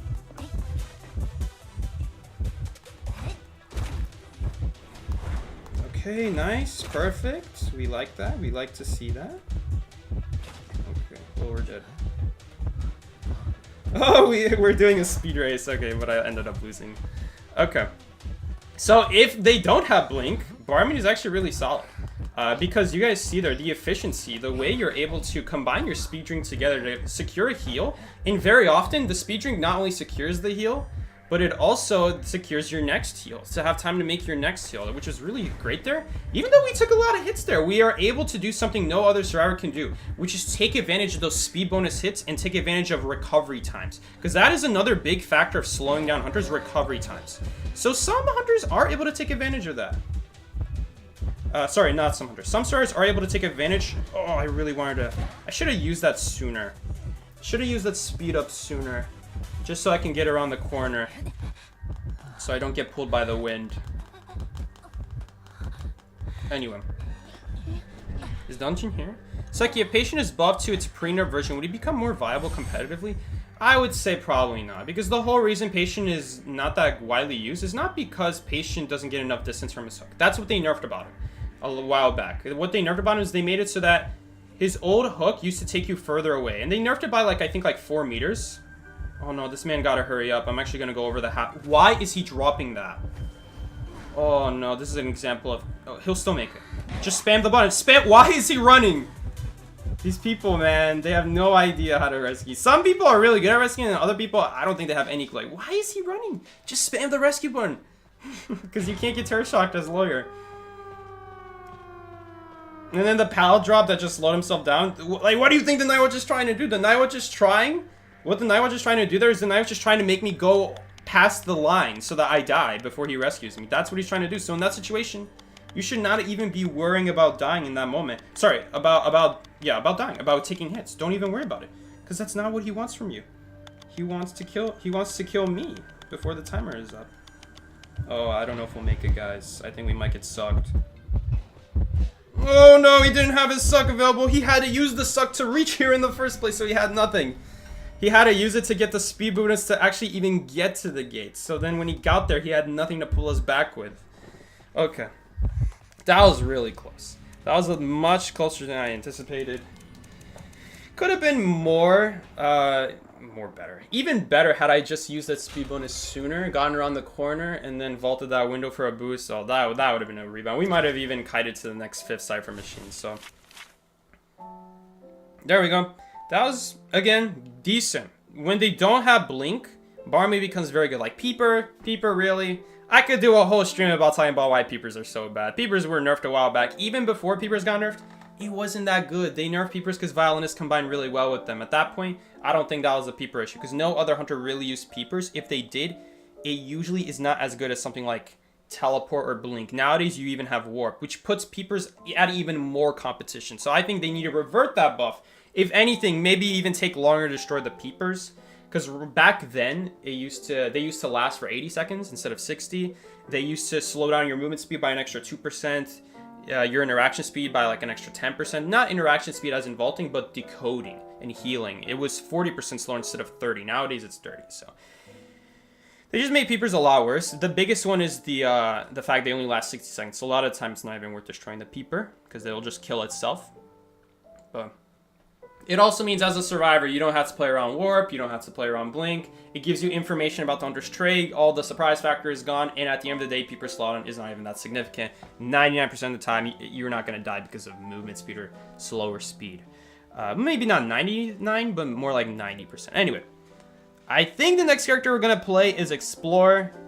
I really hope that we get a good Explorer map because Explorer, again, just like the other characters, we're starting to get more into the range where they're not bad characters or situational characters. They're just characters that are risky.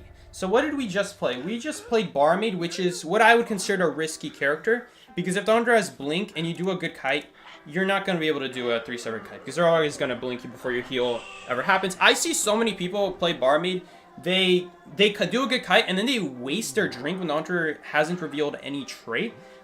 That's just save the drink after you get rescued at that point because you're always going to get blinked down. I mean, what does it be? Are you suspecting the hunter has excitement? On a team that has no stunners, you should not expect that. You should not be anticipating that. So it makes characters like that a lot worse. Barmaid depends on getting hit early before they have their blink up. Then the drink is a lot better. But also she has other problems where late game, her drinks don't do a whole lot because of the tension. You get one shot. Even without the tension being triggered, your drinks are a lot worse later in the game when you're kiting. If you're the one kiting and the hunter already has presence, it's a lot worse. Because it's simple. The hunter has a ton of abilities. As Barmaid, you're relying on the hunter's ability being on cooldown. You're relying on their ability being on cooldown while you're, what was I saying? We gotta drink water.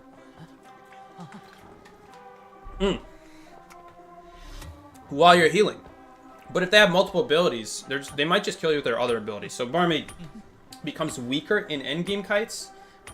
At her best, at her strongest form, it matters most to kite early with Barmaid. Psyche, how would you rework Listen? That's a good question. I haven't thought about it in a long time. First, let me answer this other question though. Psyche, if Patient is buffed to its pre-nerf version, would he become more viable competitively? I would say no, because the issue with Patient is not that he doesn't get enough distance from his hook. It's that Go Man makes it so you don't really have anywhere to hook, and then Shadow, while you're hooking in the air, she stuns you and then drops you back to the ground.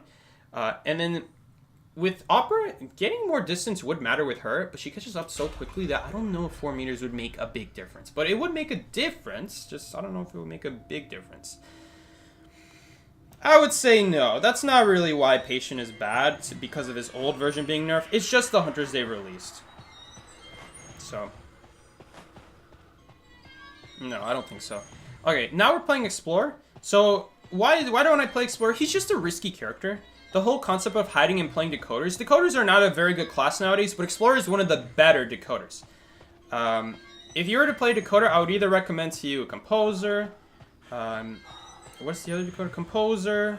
Lawyer is not bad, and Explorer is also usable because you're anyway wanting to hide. And nowadays, there's actually hunters like Opera Singer that are unkiteable, so it is better to hide against them than to actually try to kite. But a lot of hunters you don't want to hide against because if they find you, it's usually not going to be as much value as if you just kited them normally. Something like Feaster, for example, you could totally kite out a Feaster had you not picked something like Explorer, but he can also sniff you out really easily with those tentacles. The other thing about Explorer is that not only do many hunters you don't really need to hide against them to do well, but also the pages are luck dependent. Sometimes the page spawns really far from you, and it might just be more worth it to do a different cipher closer to you than a cipher that that has a page really far away from you. Like, think about it like this, guys. It takes 40 seconds to do a cipher from 0 to 50 normally. If you are taking more than 40 seconds to walk up to your page, collect it, and then walk to another cipher and use your page on that cipher, then it would have just been better to do a cipher closer to you at that point. Like, if you have to pass a cipher right next to you to collect your page, then that's across the map, by the way. Then it would have just been better at that point to just do the cipher and do the 50% normally, because it would take longer to collect the page. Early game, it's fine because you anyway want to hide.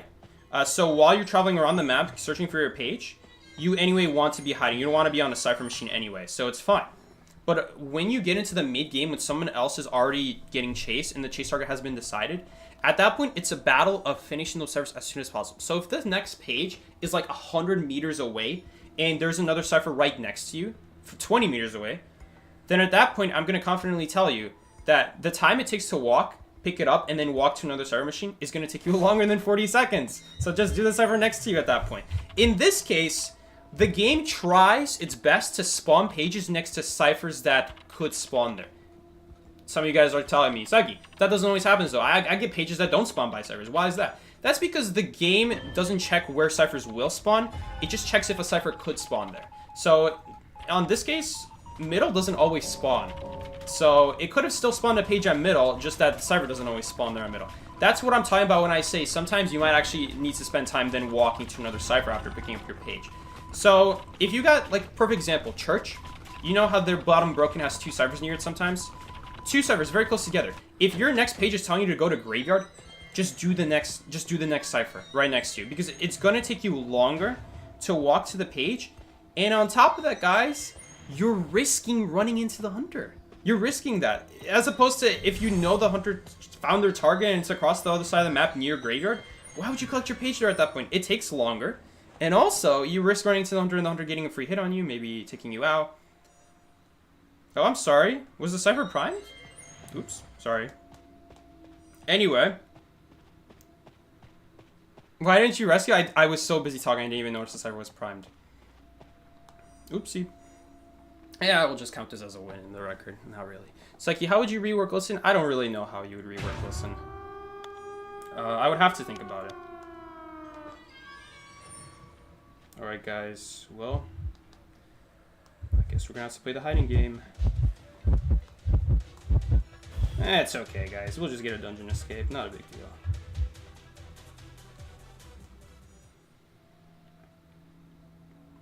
Hold up. Focus up, guys. This is when it matters most. Okay. Okay, she actually ended up killing the target.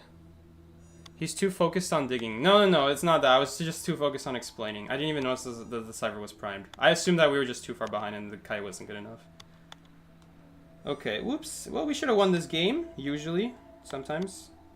As long as the fire investigator... Not the fire investigator. As long as the prospector doesn't die immediately after we pop. Whoopsies. Anyway. You think they shouldn't give Tinnitus? That would be a cool buff. I think that'd be pretty cool. Alright, well, realistically, we should have won that game. But I was too busy explaining that I didn't even notice that no one can rescue except me. I was the closest person to rescue. It's like he left me to die. Were you the one in match?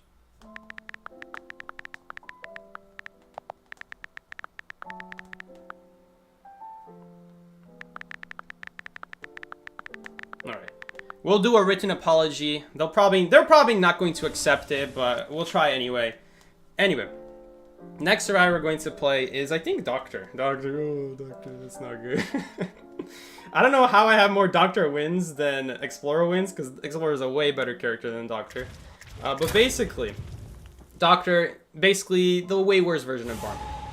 In fact, why is Barmaid lower down than Doctor? Doctor has always been basically the worst Barmaid. Because you have to stand still to heal. And when you have to stand still to heal, I know you heal yourself really quickly, but just that little bit of standing still, just for a couple seconds, that's usually enough. What are good characters to solo with? You could just play a kiting character. Any character is fine as long as it doesn't require always knowing the position of your teammates. Entomologist would be a really bad one. Like, it's hard to tell you what are really good characters. I can just tell you what are really bad ones. Because there is no such thing as carrying your team. Let me just make that really clear. There is no such thing as carrying your team. This game is structured in a way where every single person needs to carry their weight. Even if you have someone who does a really good kite, other people still have to rescue you. And so you're still counting on them. Like that Barmaid game. We almost had that lawyer, like, screw up. Or like this game where I didn't rescue. Even though that person did a 5 cipher, a kite that's long enough to reach 5 ciphers, right? So, you're relying on your teammates at the end of the day. They still have to play their part. So there's no such thing as carrying the game, but there are characters that are worse to play as solo because they require knowing your teammates' positions. And if you don't have teammates who but ping frequently enough, because obviously everyone knows how to ping. If you don't have teammates that ping frequently enough, you're not going to get value out of your abilities that require knowing where your teammates are. So what am I talking about? Characters like Priestess, when you send a world portal, are nice to know where your teammates are so that you know who to send your world portal to. You don't want to be activating a world portal. I know you see them when you use it, but you might be using it when you didn't know that none of your teammates can accept the portal or all of them are close to you.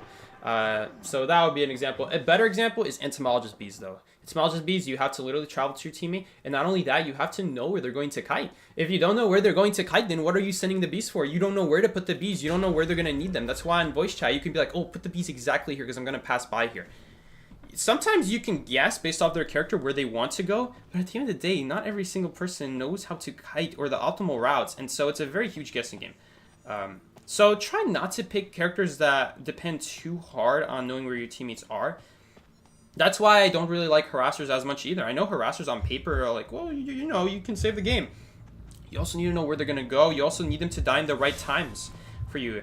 Like if you're forward and the survivor dies all the way in the corner of the map, that on paper seems really good, but in reality, you have no way. Okay, technically I decode faster, so Mercenary. Well, no, actually Mercenary needs to... I just realized some rescuers, like if I was the rescuer right now, I would give up my server to the doctor because she decodes faster. But I hope this mercenary is going to know when to walk to the chair, because some people don't know when to walk to the chair and then they're going to rescue after half because they're not decoding at middle.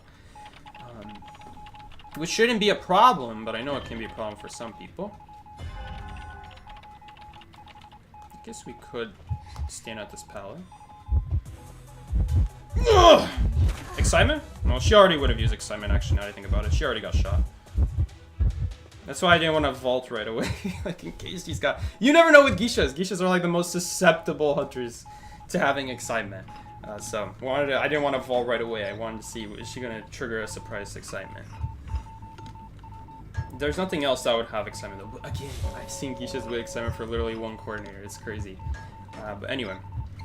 Could have been a little bit better pallet stun, because I could have stunned her on the other side of the pallet. It doesn't really matter, I don't think. It's a slight slowdown consideration for the hunter. Abnormal? Like, why is she coming here? I'm a doctor. The only reason she has to hit me is to get presents.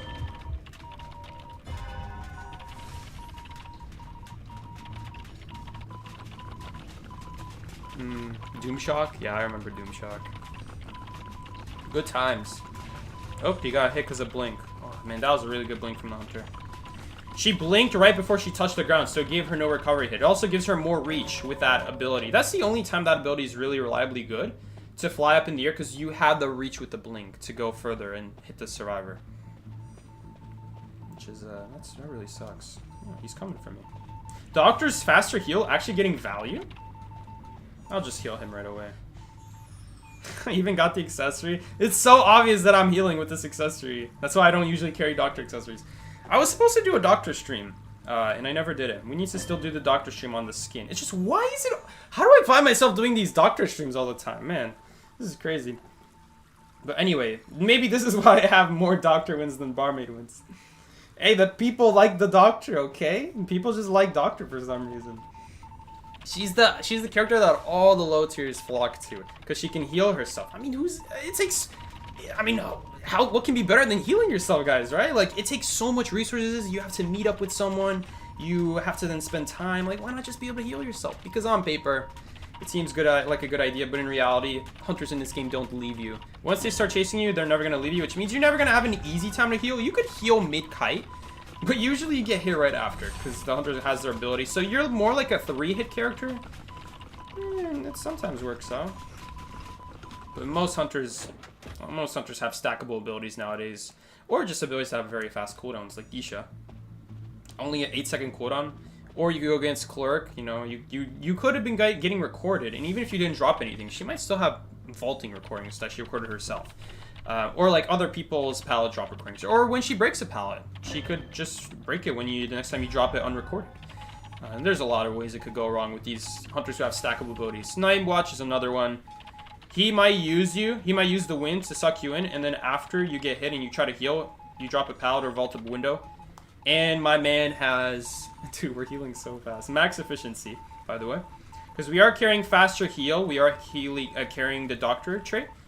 Yeah, I know it sounds really confusing, but there's a trait called Doctor on the Persona web. Well, I'd rather they chase the Doctor than the... Sorry, I'd rather he chase the Fire Investigator than the Doctor, because the Doctor is a weaker kiting character. Doctor is a good support character if you can keep getting heals in somehow. I don't know how we keep getting heals in, but it's kind of funny that everyone just keeps coming to the Doctor for heals. Uh-oh, we got a dip. Time to dip. You know, they did make Doctor not vault slower anymore, at least. She used to vault 15% or like 10% slower, something like that. Oh, I hate Doctor so much, even with faster heal. You see that? This is what I'm talking about. That it's too much. It's too much, man, to try to... We're gonna die almost for sure. I'm just gonna die away from the Cypher. As long as I don't die on the Cypher, we should tie this game. Like, anywhere else I kite, she's just gonna dash over. Those windows that I could have used, she's just gonna dash over. Let's not die on the Cypher. Oh, they actually already have another Cypher anyway. Okay, well, I guess we could have cut it there, but... Again, same idea. We would have died pretty quickly anyway. It doesn't really matter where we go. The only issue is that he didn't pop his Cypher yet. Ugh, which means... looks like Doctor was keeping track of which Cypher was shaking and then not shaking, so now they know where the rescuer is coming from. Oh, he's kiting at Shack, isn't he? How close was that? What pallet are we talking about? Oh no, it was the middle pallet. No, he's not even gonna rescue before half. This is an after half rescue. Oh, talk about a bad rescue. Yeah, we're dead here. She just dashes over. We caught the butterfly, but we're screwed. I got nothing to do. No, the syringe is useless at this point. Yeah, he just needed to do a better rescue. He could have gotten off his Cypher sooner instead of coming so late, because then the Geisha knew where he was. That was really bad. We could have tied that game, honestly. We could have tied that game. It was just a really bad rescue. But yeah, the Doctor, with the abilities we have, there's not a whole lot we can do. We took a third hit, I guess. What does it do? Like, it just slow down the Hunter a little bit. Very again, a character with no versatility. It's against hunters with like this fast movement speed that just catch up to you so quickly after you take a hit. It's really bad. It's really bad to stand still to heal up, even without a hunter with movement speed. It means that they could just use their other abilities to destroy you with while you're standing at that pallet, which is what makes Doctor a not so good survivor. Really should be, she should be the ones with 5 wins over here, but it's just we've done a lot of Doctor streams before. Have we done a lot of Doctor streams? I did a Doctor stream with the 1 skin. I did a Doctor stream when I dressed up as Dr. Psyche. I know we did a Doctor stream when Doctor got buffed. So we've done a lot of Doctor streams for different reasons. And now Doctor got another skin. And it's a Lunar New Year skin, and I always do a Lunar New Year skin stream. God damn it. And I didn't do one this year. I was like, oh my god, Doctor. This is pretty much Doctor in a nutshell. Doctor is more useful dead than alive. I'll give her that. Dude, what happened to my camera? There's like a little white part right next to my camera. Why is it? I guess I didn't fit my camera right. Okay, that's better. But anyway. I'm scared of Doctor, man. Doctor scares me. But Doctor brings in the views, though. Come on, we gotta play Doctor. She brings in those views. I have like a whole video dedicated to Doctor. Me by server kiting as Doctor, because for some reason the videos with Doctor in them get the most views. It's so stupid. Like, what the hell? Doctor's not a good character, guys. Anyway.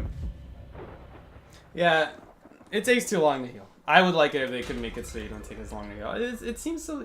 The problem is if you buff her to do that, then at that point I'm scared that she's going to be able to heal 3, 4, 5 hits. Like, that's the problem with doing that kind of buff.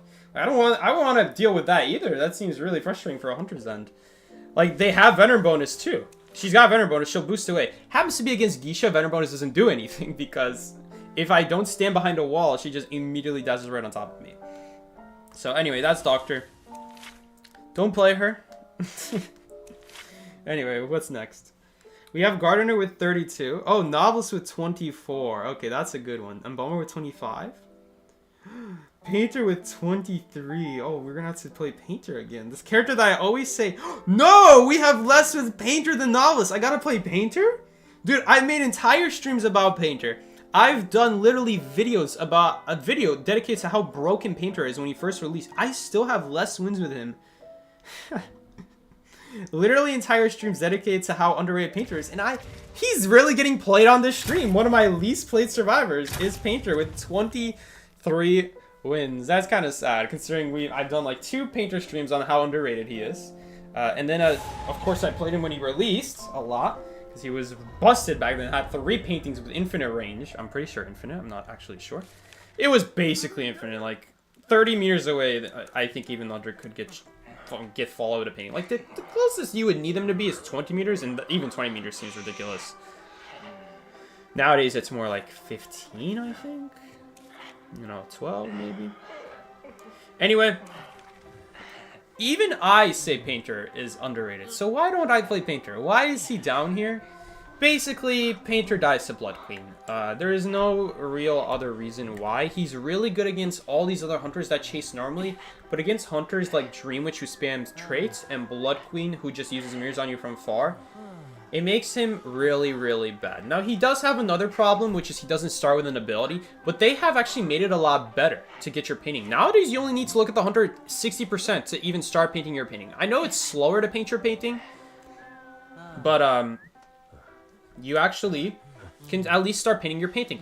And there's another thing. When you get a certain amount done, I think 60%, you can already drop your painting, which is going to make the stun less because you didn't fully complete it. But sometimes it's just the stun that you need. You just need the stun sometimes. So they've definitely made him a lot better against anything that's not Blood Queen and Dream Witch. Because against those hunters, there is still the risk that you get hit early before you get your painting set up. Because you remember, you have to take time to look at them, and then you also have to take the time to make it. And nowadays, with the ability to make it quicker, after seeing them, you don't have to look at them as long. Combined with you being able to drop it sooner means that you can usually cancel like a hunter's ability sooner. And again, just that one little bit is sometimes all you need. So that's why I like Painter on paper. But in reality, you end up seeing a lot of Blood Queens. Even Dream Witch, back when Dream Witch was played a lot, I would never play Painter. Because that's the problem with Painter, is that he doesn't have anything against that. And those are the kinds of hunters where hunters are only going to pick them if you pick survivors that are good against them. So I've talked about this before the stream. Postman, what's it called? There's another survivor here. I played the Professor and Little Girl and others that just die really bad to Blood Queen, and so you can't really ever play them. I, for the longest time, have been saying that Blood Queen needs a rework. She's not broken, but she's also not weak. She's a silver bullet hunter whose only purpose in this game is to just hard counter other survivors, and there's other survivors where there's just nothing she can do against. And I think that's really unhealthy that you have a hunter like that. It means you can't play over half the survivors in this game. Even something like a Lawyer or the Decoders, you can't really play them because of something like that. That's another reason why I don't really play Decoders, because it's not really worth the risk for the slightly faster decode. It's usually not worth it. The main way you're going to decode in this game is by someone doing a 3-cipher cut. And at that point, it doesn't matter how fast you guys decode. If you have someone finishing their cipher 20% faster than the rest, it doesn't really matter, because then Mercenary is still left behind. Someone needs to finish Mercenary cipher. I guess it means that whoever's the decoder can then can spend that extra time finishing the slower decoder ciphers. So that's the advantage. But very often what actually ends up happening is the kite is long enough. The kite is long enough for like 2 people to finish their cipher regardless of your decode speed, and then the rescuer is a little bit behind. And then the rescuer will rescue, finish his cipher. Right, he'll walk back, finish the cipher, and then the decoder will finish their 4th cipher. But now we're just waiting on the 5th cipher. So it didn't really matter how fast the decoder finished their 2 ciphers. We're just waiting on the other survivors' ciphers. So that's why double decoder makes more of a difference, because if you have both double decoders up and decoding, now that first decoder is matching with the second one, and that's what we're waiting on. We're waiting on that 5th cipher to be done. That's what we're actually waiting on. I would love to rescue her, because if I rescue here, we actually have an ability so that we can use for the rebound later, which is going to be pretty important. Although, I don't know if we're actually going to make it. How are we going to actually even make this rescue? Okay, we are going to make it. But, I don't know if he'll survive. He actually ended up not surviving. Damn. You know why he didn't end up surviving? Because she just got full presence. That should be changed, by the way. I've been complaining about this for so long. If your ability gets upgraded by your presence abilities, it immediately loses its cooldown, which is so stupid. It means that characters like Clown in perfect positions, they could hit with the infinite rocket, and then if their infinite rocket is on cooldown, right? Their rocket, let's say the rocket is on cooldown after hitting a survivor with it, they anyway can't use it because it's a presence ability. They can only use it if they put on an infinite rocket. But if your presence ability is about to unlock it, that 11-second cooldown, even when it's locked, it has a cooldown. But when unlocked by a presence ability like Insolence, it can become automatically used. So that Geisha was probably like on a 4-second cooldown because she just used her dash. It would have been on a 4-second cooldown, I should say. But she used it. She was on 8. It would have gone down to 7. But instead, since she immediately hit someone, it went down to 0 seconds, which is so stupid. One of the things they should definitely change. But it's been in the game since the very beginning, and I've been complaining about it since literally Season 1. Literally Season 1. Been complaining about it for that long. It's crazy. Dude, we can't really do that cipher, though. The cipher is 0, but we also can't really do the cipher that close to the chair. Oh, this is a bad game. I don't think we're gonna make this. Maybe it would have been better for me to not rescue that lawyer. Because now, Mercenary can only rescue. And then Mercenary's half health, and then he's not gonna be able to do his cipher if he gets hit. Thankfully, he didn't get hit, but he anyway can't do the cipher. Maybe that was a mistake. It's good if I get chased. Not really, because I anyway have full health. You know, what's the difference between being at full health, no painting, and half health with painting? I would anyway use my health to get the painting in a Kai. That was actually a bad move that I did. We are getting a little bit screwed over by the ciphers, but at least if I took the no damage, if I didn't rescue, I would just rescue. I would just be the one rescuing. And by the way, I don't think we survive here. I think we're screwed. She just dashes over anything. She can also see me behind the walls, which I realized too late. And then I'm like, okay, well, if I go behind the walls, then that's bad for me, because I don't know where she is, but she knows where I am. So yeah, I think I actually shouldn't have rescued there, because if I didn't rescue there, Mercenary could keep doing his cipher. I just go rescue that person. I was banking on the fact that Lawyer could also get a little bit out of the Kai. We could help him out with the painting. But dude, the full presence, upgrading her ability so that she doesn't have a cooldown, meant that she could immediately use 2 dashes back-to-back, which is so stupid. Most hunters, that's not an issue with, because their abilities are not getting upgraded in a way where... how do I explain this? Most hunters that have upgradable abilities, if you're using it to get the hit, it does not go off of cooldown. So like Gamekeeper Hook used to be like that. Now it's not like that. What can I explain this with? With Clown, for example.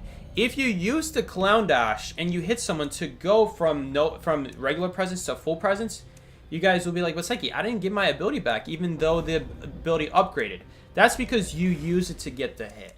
If you use your ability to get the hit, and it didn't already go off of cooldown before you got the hit, then it will not go on cooldown after you upgrade it. Which is a little bit different than something like than Spider. Because Spider, when she shoots her web spit, it will go on cooldown and it needs time to travel. And then once it hits someone, then you gain the presence. And if that presence is enough to get full presence, then you get it back. And that's the way it works, because it started the cooldown before you hit the survivor. We're going to be playing Novelist next. But, yeah, Geisha's another one of those characters where she always uses her ability before she gets the hit. So you could very likely just... In fact, this always happens. You dash onto the survivor, you hit the survivor, and since you always have to dash first before hitting, you're going to immediately get the dash back. And it is one of the dumbest things about Geisha. But other hunters can take advantage of this too. Mainly with Insolence if it happens. If they carry Insolence, this will happen with Insolence. Where like with Clown, if you hit someone and you somehow time it perfectly where your Insolence was like 480 points, And then the hitting survivor gives you an extra 500, so now you're at 980. Then you just wait a couple seconds, and you get your rocket back. You can dash again after just a few seconds. I had a time in Season 1 of this game, when I was playing this game. Oh, someone is actually playing Novelist. We're just going to have to play the next highest then, which is Embalmer. Embalmer is 25. We're not going to get to play Novelist this game, but we are going to get to play Embalmer, which is another good character. I don't play him, but I think he can very well. The thing about Embalmer is, this is probably the first character that I would say on this list that we've played today that I definitely should have more, because there's almost no downsides to playing him. This man could get you guys an extra escape if the hunter already switched their traits and doesn't, or just doesn't have trump card and a high movement speed. They don't have an ability, they don't have a warp or teleport. You put a coffin at the gate, this man could single-handedly get you guys a 3-man escape. But if he's the one who kites, his biggest downside is he doesn't have abilities on his kite. But that's fine because you combine it with your tide turner that you get from your rescuer. You run really far away from your coffin. You always force a hunter trait out with that, which means now even after you die, it's almost guaranteed that the hunter gets tied against, because now there's nothing they can do to catch up to the ciphers on a big map when you just had to use it to catch up to a coffin, which makes Embalmer a very good tie character. But if you can find a way to get a good starting kite, you might even be able to win. Oh god. He ran into the hunter. We're out a really bad start now. What the hell? Where is he coming from? Uh-oh. This is bad. Oh, what is he doing? This is not a good start, that's for sure. And we don't really have an ability to fix our distance lost.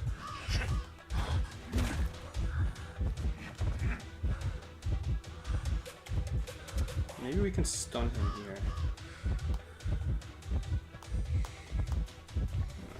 here. Really hard pal to work with, but better to try, right? I don't want to touch the crow. It still touched me? Seriously? Oh, he knows where I am, but I don't know where he is. Okay, I guessed. Right. Please don't catch up to me. Whew! This is not good. This is a very weak kite.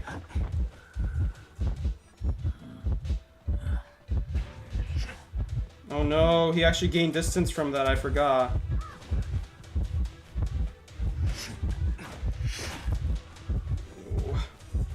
Why is this so intense? It's just Nightmare. This is really bad. Yeah, we're not gonna survive. Problem with this kiting area is when I vault it, he just goes around. I can't really use my boost to like go around the area. Really bad start. Should have been a better kite. I guess for a no ability kite, it wasn't that bad, but it wasn't that great either. He's just gonna be able to use the coffin to teleport on me later. Okay. Okay, where exactly did I put my coffin? We might still be able to reach a window when I teleport with it later.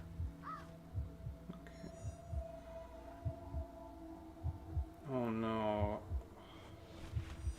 Okay, he'll make it. I want to... Okay, good. He is actually going to hit me. I wanted a body block for him because I'm anyway going to go down here. It doesn't really matter how far away I kite. He used his crow? Okay, unless he pre-planted a crow. I mean, I don't know. Maybe he pre-planted a crow at the cipher. But now he's on a cooldown. Why would he do that? He's gonna be on a 20-second cooldown. Which one is Rebirth? Rebirth now. Is he actually gonna chase the survivor? He's carrying teleport. Oh my god, we died to Nightmare with teleport. I don't know if I'll be able to make this window. Just gonna wait a little bit. So that I get the full value out of my 8 seconds of life. I don't think we live here. I think we're dead. We need to get behind a wall. So that when he jumps... Is the cipher actually primed? I'm gonna stall out his confined space. Because right now the really important window is confined right now. Oh, that was really bad. That was not a good pop. It was really late. he's probably gonna leave. We're just gonna go back. I know we're gonna die here. Oh, that was actually really smart now that I think about it, because that wall prevented me from dying immediately. That was actually really smart, because the way we went around that wall made it so that he can't immediately dash on me after we vault that window. And he was banking on that. He probably thought I would vault early, knowing that I would die if I vault later. Because if I vault late, and then he just follows after me right next to me, then I'm immediately gonna get dashed to death. Because Nightmare can do something no other hunter can do, and he can cancel his drop speed. Crow Teleport's on a cooldown of 950 seconds. You're right. Oh, you're right. You're totally right. I completely forgot. But he already used his Crow to reach the chair, even though 4 was going to make it anyway. You're totally right. I completely forgot about that. So he had regular Teleport anyway. Okay. Well, it didn't matter because I put my coffin close enough to the good window. That's how you kite Big Blow, by the way. So you know what? Him picking Nightmare made that a lot easier to do a good enough kite at that point. And once he revealed he has Teleport, then he doesn't have anything to actually kill us with. That was a 97% prime. Maybe. If it was 97%, it would have taken longer. Okay. Well, even with no abilities, you can kite Nightmare, so I don't know what the big deal is. Why do we always lose to Nightmare? I always lose to Nightmare. I, of course, never get chased, and I always lose to Nightmare. And so at this point, I'm like, is Nightmare really that hard to kite? No, he's not. We just kited him with no abilities. It wasn't a 3-cyber kite, but you know what? Good enough, considering how bad of a start we had. Not really knowing which side the hunter was. So you know what? That was fine by me. Oh, these skins finally released. Are these limited? Nope. Pretty cool looking though. No, it's limited. I have to buy it. No. No, I was really hoping they wouldn't be limited. I don't want to buy them. God damn it. So we have to do a patient stream now. The limited patient stream. Uh-oh. We're behind a couple streams now. Oh, we got a lot of essences. Carried a ton of our games. Good work. You know, I have a feeling I just kited a lot of these games because the hunter just sees it's like survivors with weak kiting abilities. And you just, if you know where to take those kiting abilities or how to use that kiting area, because obviously every Embalmer spawns Big Bow. But does every Embalmer know how to use Big Bow? Know the order to use the windows in? And let me tell you right now, we did not do the preferred boat route on the start of that kite. I did not use the preferred one. I saw the hunters really close to me. I'm like, okay, we just have to drop down this hole and use the other window. That window in the back of the Big Bow, that is only good if you're forced to drop down the hole. But dropping down the hole is not that good because even when you do use that window, you often corner yourself. And then if you do escape, then you have to use the front pallet, which sucks because that front pallet is really important for when you drop down from the top, which we actually ended up doing later. And then when we didn't have that pallet, we did still manage to go to the further 3-pallet area, but it was a lot more awkward. I guess Nightmare made it a lot easier. So we got away because he didn't have any way to actually stop us from reaching the 3-pallet. But yeah. How many of these... The one game where we tied, I did do a huge mistake. We should have an extra win today. I just didn't notice that I was the only person who was close enough to rescue and that we already have 5 ciphers. Mickey, I hate that you call in the middle of me explaining. What's up, man? Please, Welcome to the stream, Mickey. So let's count how many wins we got today, guys. By playing my least played survivors, we ended up taking probably the most chases I have ever had when I streamed. 1, 2, 3, 4, 5, 6, 7, 8 wins and 9 if you count the one game I forgot to rescue. 8 wins, and most of these games we kited. How many games did we kite? We kited this game. 1, 2. We didn't kite that game. Did I kite this game? No. We partially kited, and then someone else got a dungeon this game. So, droids and inside. I don't know. I'm not gonna count. I'm gonna count early game kites. 1, 2, 3, 4, 5, 6 early game kites that allowed us to win the match pretty safely. Most of these were close to 3 ciphers, and again, even if they weren't, we're tying these matches. So even with these off-meta characters, the reason I don't like to play them is just mostly because of one hunter, Blood Queen. Dream Witch as well, but no one plays Dream Witch. But just Blood Queen, #1 killer of these survivors. But if they rework Blood Queen, and they make it so it's now like a Silver Bullet character, where she gets countered by half the survivor cast, and then she counters the other half, And if it were to become more like Ripper, or, well, Ripper's not very outplay potential, but sometimes you can. If it more like something like Night Watch would be a better example, where you have outplay potential, and stringing your kites together well with your ability can still allow you to survive even when the hunter's ability is also pretty strong. Can still allow you to get a 3-star kite, unlike Blood Queen, which is like, as long as she knows how to aim the mirror, there's no surviving. Even with Flywheel, it's usually not enough. That's why we don't carry Flywheel in any of these kites. Which Survivor did you not enjoy playing the most? The Survivor that I hated the most playing as Little Girl. Little Girl. Honestly, Little Girl. The whole strategy with Little Girl is you teleport away. And yeah, even then it's good, but usually there's another Survivor right next to them. And then on top of that, you're teleporting on someone else who's working on a Cypher. You have to walk for your next Cypher. It's very often in an area surrounded by Cyphers already taken, and then you're anyway walking for like the next 50 seconds looking for an untaken Cypher machine, while also avoiding an area with open Cypher machines, but you're not going to go there because you know the hunter's going to go chase there. So many problems with Little Girl. Probably my Little Girl least favorite character. Not my least played. Journalist was my least played character. Tied with Toy Merchant at 4 wins. But Psyche, I was right. you weren't none. Well, in terms of wins, you were right, which is what we were going off. But we actually have more games with Toy Merchant because Toy Merchant has a lower win rate, which means we've lost more with Toy Merchant than we've lost with Journalist. It's possible that Journalist has more games, but if you tie so many games, then they don't get involved in the win rate. So that's why it's kind of not reliable to go off of that. Because let's say you're Survivor. Let's say Journalist has 42% win rate and Toy Merchant has 47. Well, what if Journalist has like 30 ties? Then none of those show up in the win rate. So I can tell you we did not tie 30 times with Journalist. I barely played Journalist. But that could be the case. We ended up losing 3 games. My character spread today for Hunters was like, I think 3 Rippers, 2 Night Watches. Oh, he's still here. There was a Bad Eyes. Don't ask why. There was a Soul Weaver. There was a a lot of wax artists. A lot of wax artists for sure. And so, you know, and then there was one Nightmare. So, you know, all that. But today, we cooked Psyche. I absolutely, all my kites, not one of them was less than 2 ciphers, Psyche. Is this what I sound like when I talk on stream? It's just Mickey constantly talking and talking. No, that's Mickey. Yeah, congrats though. I'm glad you're doing better in rank though. I'm a lot worse. Thanks, Mickey, for the support. Gotcha, man. Like, you want to play 2v8 or yeah, we're gonna. I actually already expected you to play as that, so I already told, like, yeah, I'm probably just gonna play 2v8 with Mickey. Oh, that's a cool portrait. That's cool. Alright. Also, great record today. You know, we were so close to 10 wins today. There was one game I just forgot to rescue. We could have been 9 wins, still not 10 wins, but one of these days we'll get 10 wins as survivors. Tournament progress. Oh yeah, because it's starting. Oh, I have to subscribe to get my apples. Mikey, let me invite you. Leave your team. I think Blake might have already gone off the app. He doesn't even... Was he really waiting that long for me to see his message? How many do I have to subscribe to? Kick.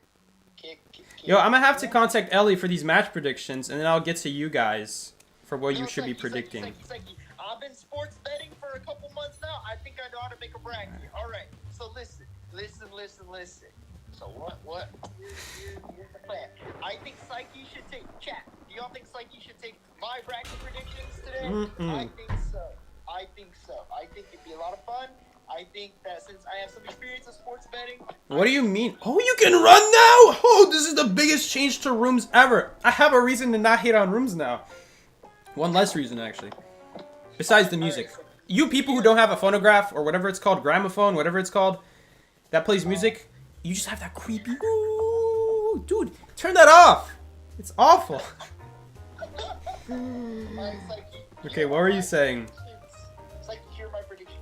For what? What sport are we talking about? We're talking about the sport of Identity 5 co-op. Miggy, I'm just gonna ask Ellie. Why am I gonna take bets from you? You got no experience. You don't even know half these teams, probably. Of course I do. I'm giving the eye in the sky. I'm gonna just ask. I'd love to hear it, but I'm not gonna. Oh, okay. So, 5, I have down 5. At 4, I have TE. At 3, I got Og.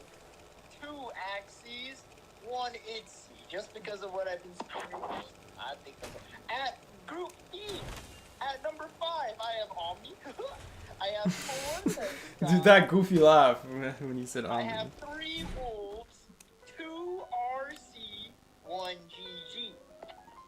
In Group C, I have 1 Zeta, which also has a Smash Division. That's the best Smash for that, by the way. I have MRC at 2. I have ACT at 3. I have Red Dead at 4. And I have at 5. Who? Before you? ZZZ.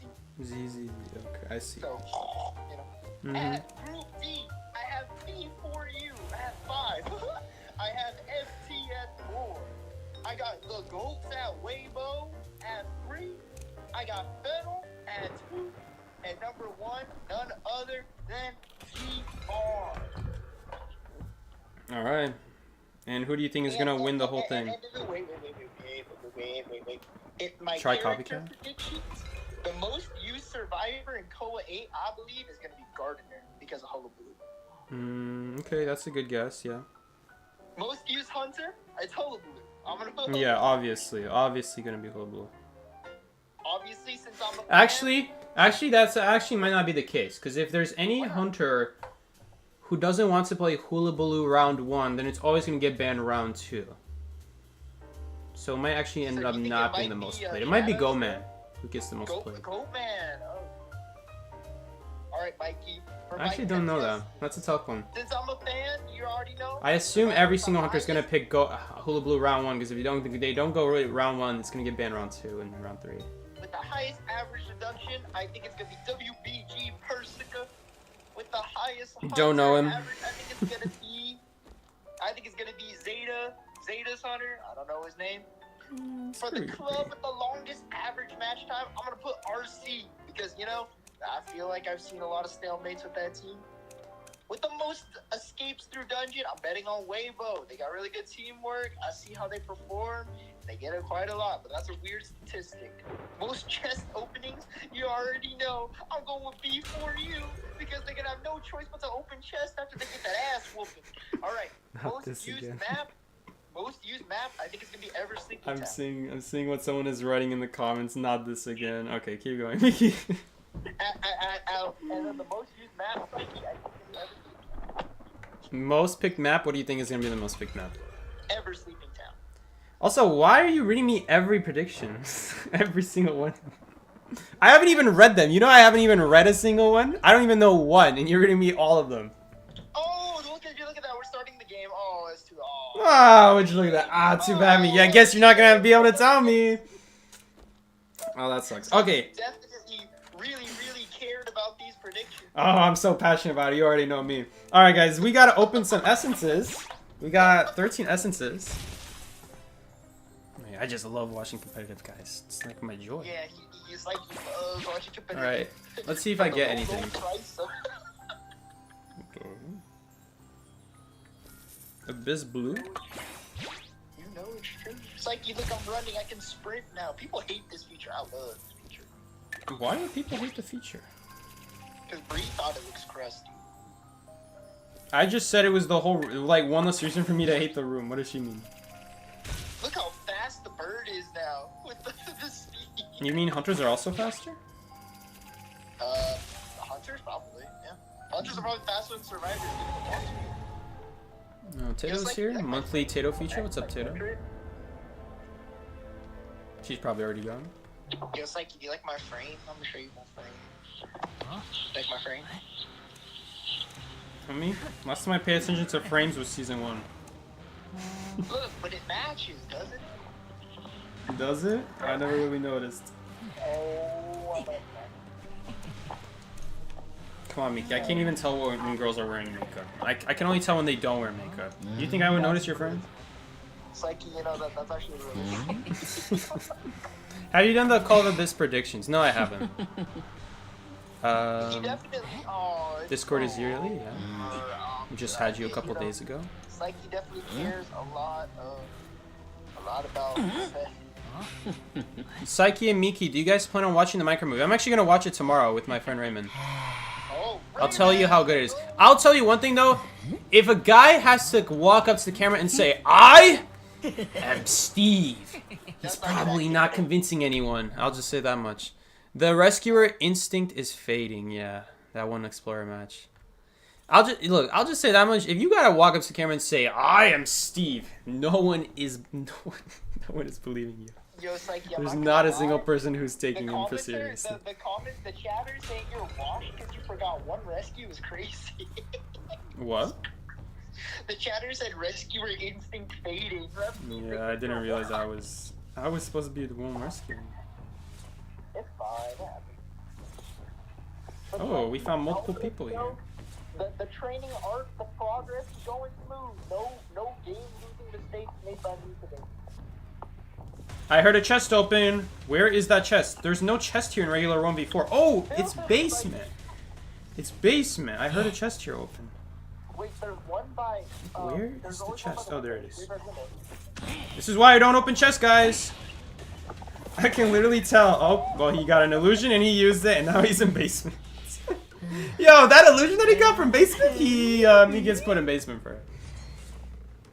I hope you realize what that. I was like thinking, there's no extra chest in 2v. Why would I hear a chest noise in this area? It's only that chest over there. But then I remember basement. Ooh. Mika, are you gonna go back there or me? What was that? What did you just say? You can go back there. Okay, I can go back there. Perfect. Yeah. That's it. Perfectly balanced. Oh, he had elbow pads. The issue with Hula Blue is I don't have time to get enough hits before I have to go back. What? Okay. No one is rescuing. Poor man got terror shock in basement. No one understands how he got terror shock in basement. So they just decided, okay, well, let's just not rescue him. He did the impossible. He literally did the impossible. He got terror shocked in basement. No one knew it was possible until now. Wait, that was the first person that's ever been terror shocked in basement for you? Yeah. It is for me too, actually. Heat wave is coming soon. Oh, so this is what they call the forest fire thing. The California wildfires? Bro, too soon. Psyche. I need to stop joking about that. Okay. Psyche, did they get rid of the boogie bag? Oh no, it's at the top No, now. Boogie Bag is still here. It's at the top, it's at the top. Psyche, so convenient. He dead? We have a second basement. Literally the exact same basement too.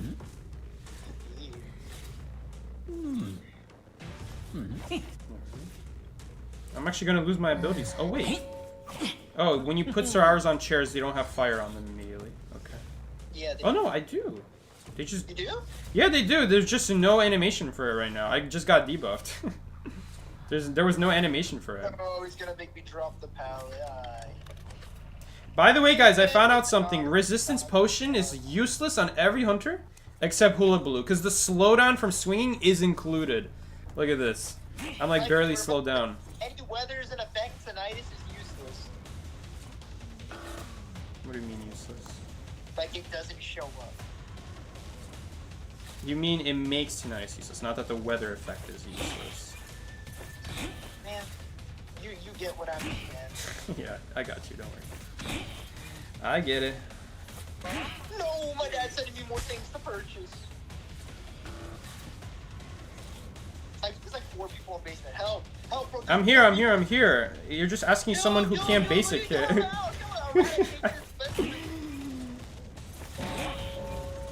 Psyche, I'm holding her down. Get over here. Oh, I went after someone random. Hey. We gotta pick up these people. I'll pick up this guy.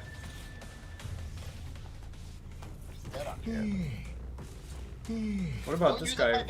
Wait, we have Painter Impatient. That's kind of confusing to read. No. What do you mean? What's with the no? You used up my basement. There's a 4th chair in there. Ever Sleeping has 4 chairs down here. Oh, I'm missing.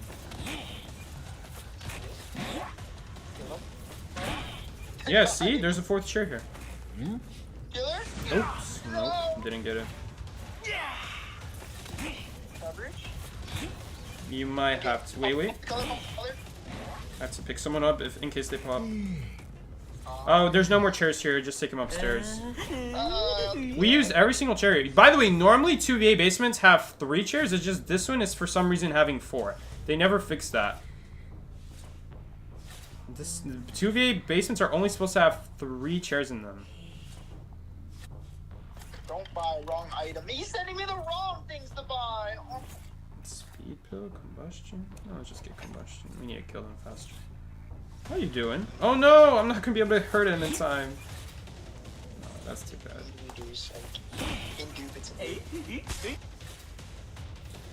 Skill? Whoa. Are you there guarding the meteorologist or no?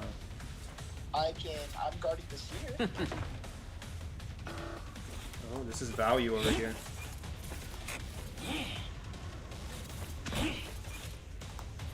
Skill? You guys see that skill?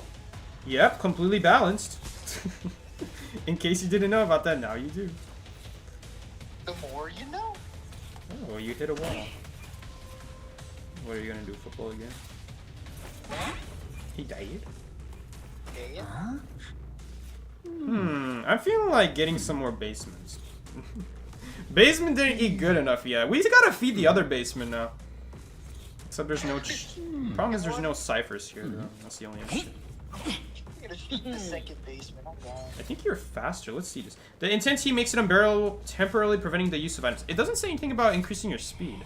People told me that the fire increases your speed. Maybe it just doesn't say it, though. I don't know.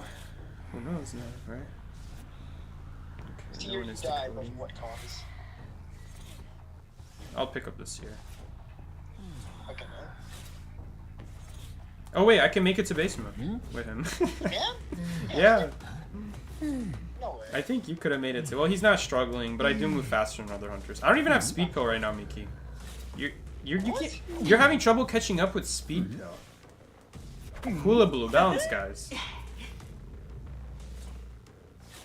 Hold up, we just gotta use these other 2 chairs. We have 2 survivors.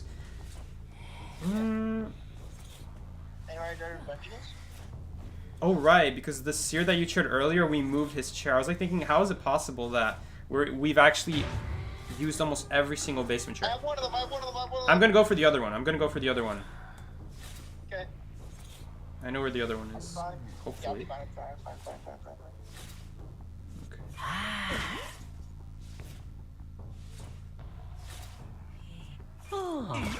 Are they in the locker? What is this? It's pointing here. Yeah, she's right here. That's actually kind of smart from her. She never dropped. Miki, we have to chair every single person in basement. Every single person in this game died in basement. We have 2 chairs left, and they're also in basement. It's the corner house basement. Okay.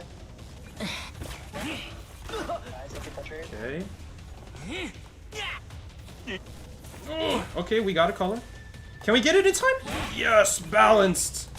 Miki, I'm waiting. Okay. Hang on, he's at shadows. we killed 6 out of 8 survivors in basement, and we have 2 chairs left for these last 2. Wait, someone else also. You're just gonna have to carry him here, Miki. Oh man. Okay, we'll count it. We were gonna go for it.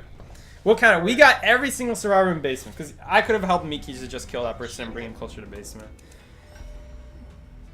We just have to stall the game now.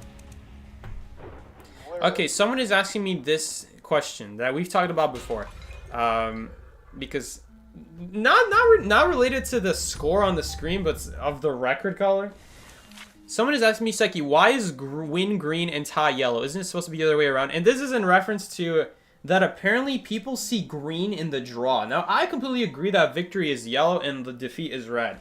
But people say that this is green. Okay, this is always has been great to me. Okay, this is great to me. So that the fact that someone is asking me, Psyche, shouldn't Ty be green? I don't even agree with that. I don't even think it looks green in the first place. That's what it has to do. So someone's wondering why would Ty be green? That's why, because people see green in that apparently. So no, I don't see green in that. But even if you add, even if you told me, Psyche, why not Victory be yellow and Ty be gray? Because it doesn't make sense to me. It doesn't make sense to me. People who don't, I don't know, maybe you're not someone, I guess every single person who watches me has played it. I just think that Victory being green, green being a good thing, losing being a bad thing, so red is bad, and then yellow is like in the middle, alright? You know, no one minds it. Feel bad for the color red?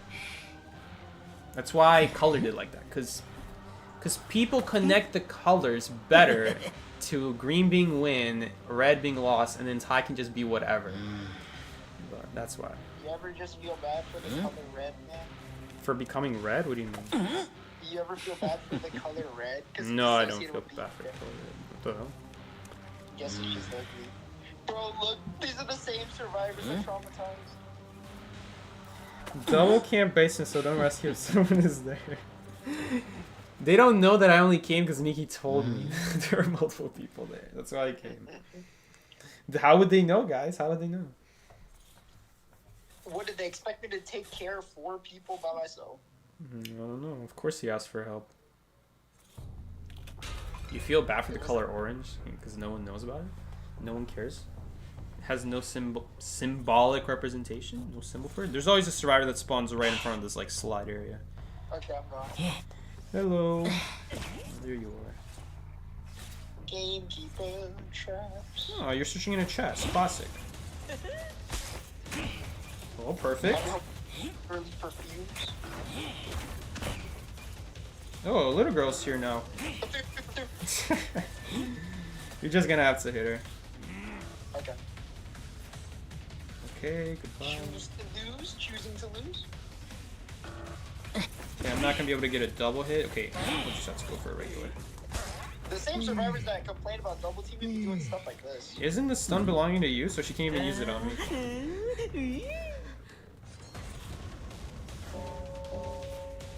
Get rid of her, man. Eradicate this. Oh my gosh, she's just dead. Pick her up, Miggy. I got this guy. Double color, value, balanced. As all things should be. Ooh, that almost was a good flywheel.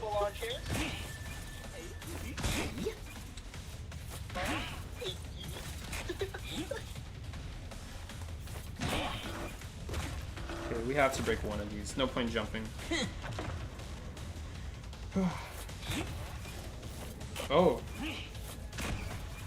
Oh, the red didn't apply. Nice. What was that? Oh, no, not again! Nikki, did you, camp? Yeah. Okay. I'll have to get the other person. No, never mind. I just got to teleport. No, don't cancel! I am camping Enchantress. I got it. Okay. So right now I'm at... Okay. Oh no, it's this one. Wait, what just happened there? Oh, she stunned me. Ooh, I stopped the rest. Oh, Yeah, I like no, that. not this one. No, Batter's getting so much value. Too bad. We need black. Oh, great waste of time.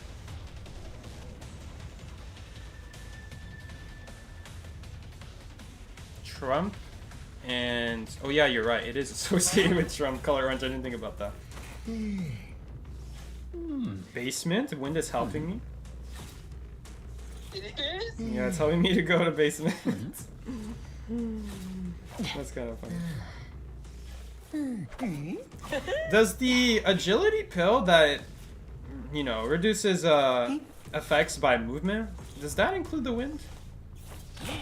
No tinnitus for that. Yes, he actually helped me push me to basement by jumping over him. Okay, so he's not going for the rescue.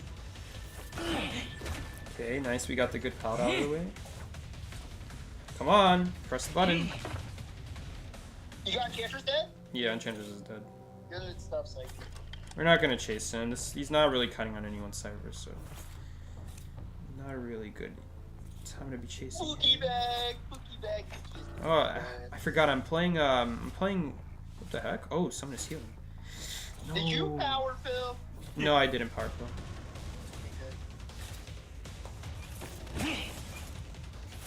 Oh wait, we're actually still faster than Composer with the speed pill, even though he's using his ability. Okay, but the speed is annoying still. It's kind of hard to swing and keep up with him. You gotta be really far ahead. I got a second person in basement now.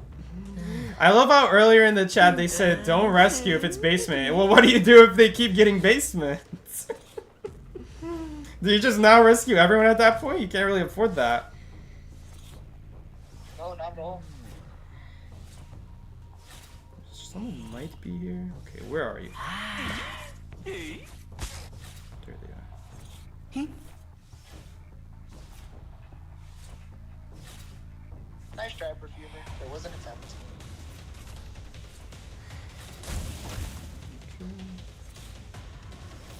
Okay.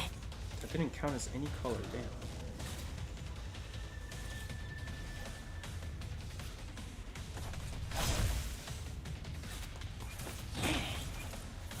Well, he's got to do something. White is right there. Hold up, we can get another hit. Balanced. You know, I don't even need Miki to help me here. I can get someone from 3 injuries to 0. I mean 3 health to 0 health with just myself and the person off of chair as well. I mean, this is hula boo for you. If you know how to use the circles to your advantage to get double colors in, there's just not a whole lot you can do. Funny enough, I don't even need Psyche here. I'm cooking right now. Yeah, there wasn't even a double camp and went from 3 health to 0 still. And there are 5 seconds. Psyche comes. During this time, ability to gather information is greatly reduced. Okay, that was annoying. Okay, we can get one more pill. We don't have tinnitus, so someone might be rescuing, I guess. It's possible.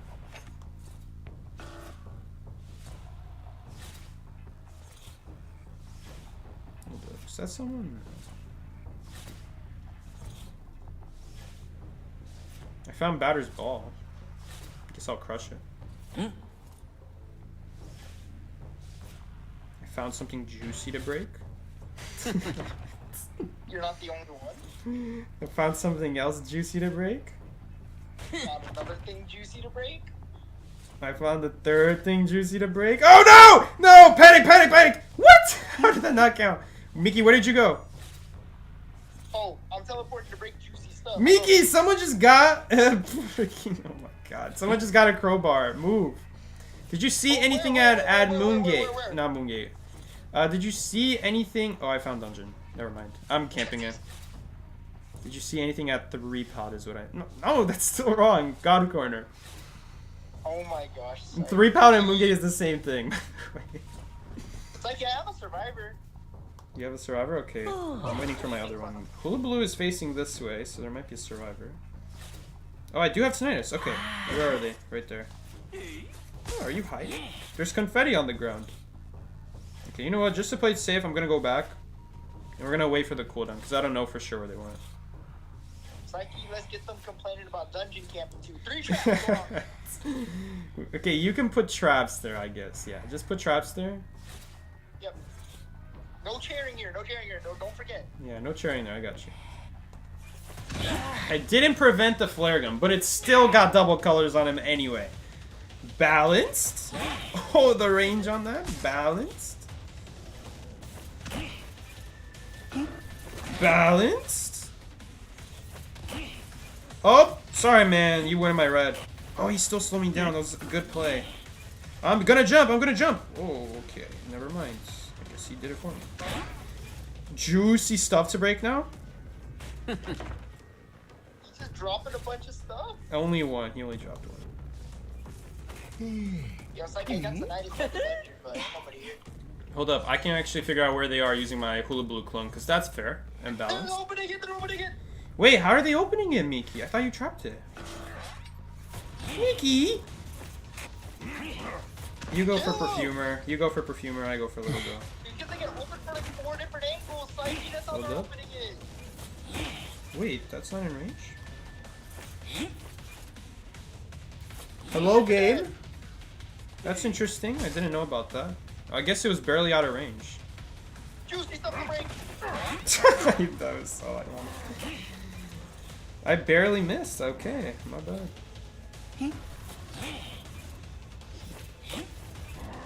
Okay, well, if she goes for the seed, it'll be in the red. Who had the crowbar? Perfumer? Yeah.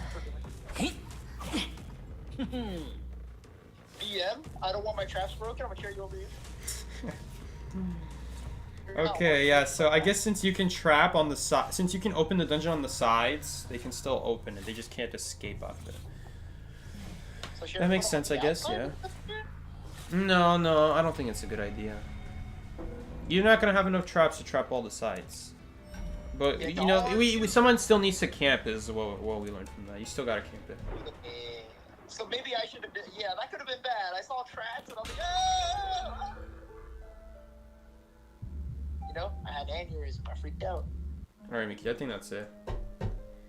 You know what? I like that 3W. 3? I already know. Yeah, 3 guys. 3W. Oh. I'm cool with that, guys. 3 W's. I'll pretend it's just 3. Yeah, guys, 3 is a good number, right, Mickey? And Psyche, look, they're upset. We still gotta. Oh, they're upset now for a different reason. What else? How bad do you have to beat the double team twice in a row? Was proven right. By the way, guys, speaking from the guy, who was the guy who ended up taking 3 hits in basement, and the guy off his chair also? Well, it's not him talking, so it's fine. But either way, also Maybe they just hate how balanced Blue is. I don't know. I mean, it doesn't matter how good he is. He's just too balanced. Here's the thing, that's inaccurate. Most of the game we were away from each other. Yeah, most of the game we were away. I mean, they just mean the early game. I mean, because they know how good it is to start off the game with a chair instantly. It immediately puts pressure on them. Yeah. You know, it doesn't make the game easy. God forbid that the hunters don't make the game easy for us. Come on, guys. Like, it's all I think that's what they were. Man, if only there was something they could do about it. Like, if only they could all get on the servers and do them at ridiculous speeds that shouldn't be possible in 2v8. If only there was something they could do about it. You know? If only 2v8 double teaming was the real problem in 2v8. It's not. Alright, guys. Yeah. I gotta open the rest of these essences. I'm gonna get nothing, obviously, which means... No, we're gonna get loot. We're not gonna get anything, guys. Don't worry. We're gonna get loot. We're gonna get... You know, Lantern here says it's a green-gray. The loss is a green-gray. Can someone, like, pull out that little color identifier from, like, I don't know, like you get on Bazard or something, and tell me what the color is? Like, get a zoom in of that color. Give me a zoom in of that color. Where's the green? Oh, new graffiti. Where's the green? Anyway, Psyche, today's session was, oops, I saved the game on accident, was 5 dubs, 4 draws, and 2 defeats due to people playing with their feet. Mickey, was it you playing with your feet? No, Psyche, no. Bree, can you attest to that? Was he playing with his feet or not? Ouch. I was playing as I should today. Guys, new stream idea. Playing as Seer. This is genius. We're playing as Seer. Next stream, we're going to be playing as Seer. Only Seer stream. Can anyone see where I'm going with this? Miki, they released an Enchantress skin called Seer. We gotta play a whole Seer stream now. Oh, no. Full Seer stream. What if I equip the skin? Look at how confusing it's gonna be. Patricia Dorville is the Seer. Dude, that's so great. That's great. A stream dedicated to Seer. Oh, perfect. Oh boy, Psyche. I love this. It's perfect. Oh. 2 in 1. Yeah, we get to be both Seer and Enchantress. What a good deal. 2 in 1. How to play 2 survivors at once in identify. Mickey, someone is asking me, does Seer have an Enchantress skin now? Dude, Dude, we need a seer skin called Enchantress now. He enchants stuff. But he's a dude. It'd be an enchanter if anything. No, I think you can be an Enchantress if you're a guy, right? They still call you an Enchantress if you're a guy, right? Or a wizard. I think you're called a wizard. I don't know. But Mate Yellow. Dude, I love how specific these names are. Mate Yellow. Is that even how you pronounce it? Matte Yellow. Yellow. Mate Yellow. I like Mate Yellow better. We got Well, Shepherd. pretty- If there ever is a survivor that comes out called Shepherd, because I can definitely see that happening. Like someone who carries around sheep, herds them, maybe bulls. Bro, what is he gonna do? Throw sheep at the hunter? I don't know, but it's a cool idea. I mean, they released a dog hunter in Dead by Daylight. Throws out dogs. I'm not gonna lie, Psyche. The sheep idea is pretty cool. So if they ever release a survivor called Shepherd, we're gonna name it Only Shepherd Stream, and it's just gonna be the seer skin. And then during the in between matches, Psyche's devouring a big old shepherd's pot. Playing messages. Alright. Guys, by far though, if I had to rate the best skin in the game, it has to be Green Jade. Green Jade is the best skin in the game. Come on, guys. Come on. I finally got my accessory I've been longing for. Which accessory? Which accessory did you get? I'm about to show you. Ready? Ready? We're gonna go Alright, with this. guys. We're gonna do a little bit of this. We're gonna do a little bit of this. And wait for it. Wait for it. Wait. Where's this character? Wait for it. Mate Yellow. Nikki, can you just tell me the accessory, man? Look at it.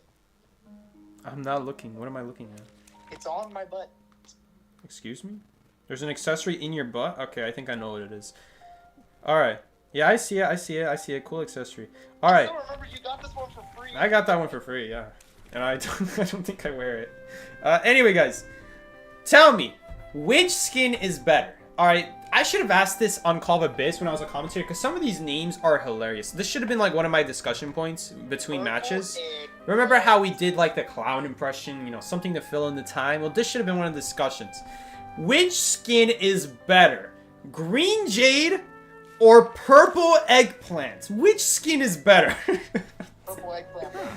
That's not Or Purple Eggplant versus Green Jade versus Moldy Bread. Alright, which of these skins is the best? Look, I'm not gonna lie. Moldy Bread is pretty good. I mean, look at the color of that skin. I mean, I can only think of Moldy Bread when I look at that shirt. But, on the other hand, nothing says Purple Eggplant better than Clown in all purple. Come on, guys, look at his nose. I know it's red, but just pretend it's purple. Doesn't remind you of an eggplant? It's crazy, guys. But, I mean, nothing shines more than Thief. That's why he's called the Green Jade. So, which skin is the best? We need a poll right now. Poll right now in the chat. Which skin is the best? Before we end the stream. Which skin is the best? I already know Moldy Bread is gonna win. Green Jade. I'm not even gonna write down who owns the skin. Just that these are skin names. Purple Eggplant. Or Moldy Bread. I remember the first time I saw that name, I pulled it from Essence. I'm like, what? Moldy Bread? the bread that's moldy. Which skin is the best? You can't pit two goats against each other? You mean Green Jade and Moldy Bread, right?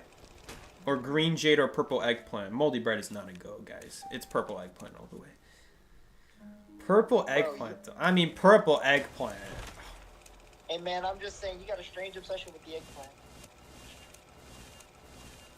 Nothing is stranger than those skin names. Like, we got Matcha Green, Sapphire Blue, like Space Black, like normal colors. And then we get Purple Eggplant for Clown. Matcha green, Purple yeah. Eggplant.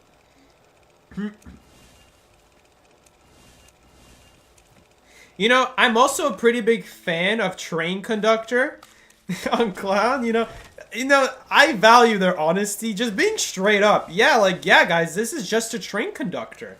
He's just no, he's not even conductor. Train driver. You You gotta respect that he's a driver. He's not a conductor. He's different from the rest. He's a driver. He's a train driver. I mean, you gotta respect it. The hustle, you know? Medium rare. Medium rare for Clown. That's a pretty good one. Medium rare. I mean, this says... Every time I go to a fancy restaurant, order a steak, this is what I think of. Medium rare. Give me a big, bulky man with medium rare all over him. Okay. Let's not say that again. Smile. This skin is literally just called Smile. Okay, you know, it's pretty fair. It's not that funny, but I mean, medium rare. Again, nothing delivers more than a big, burly man called medium rare. Romani. Dude, his meat is all medium rare. 100% medium rare. Just the way... I don't know. Maybe you don't like medium rare. Maybe you like it super rare. Maybe you like the meat well done. I don't know. We got Forbidden Forest Guard. He looks like he's guarding something. With that hat. He might have a balding problem. Archiver. Oh my God. Singer. This is an OG skin. Sprinter would always wear this skin. So, it's more of like a PTSD kind of skin than a funny skin. Green hat. I mean, green hat. It's all in the name. His hat is green. What can I say? We need a stream dedicated to all the funny skin names. Green hat. Medium rare. I gotta do a medium rare big burly man stream. Train driver. I just love train driver because he's different. He's not a conductor. He's a train driver. Get it straight. Dude, it's like, what do you say? The strangest thing that's outside of... He's not a conductor. He's a train driver. It's so stupid.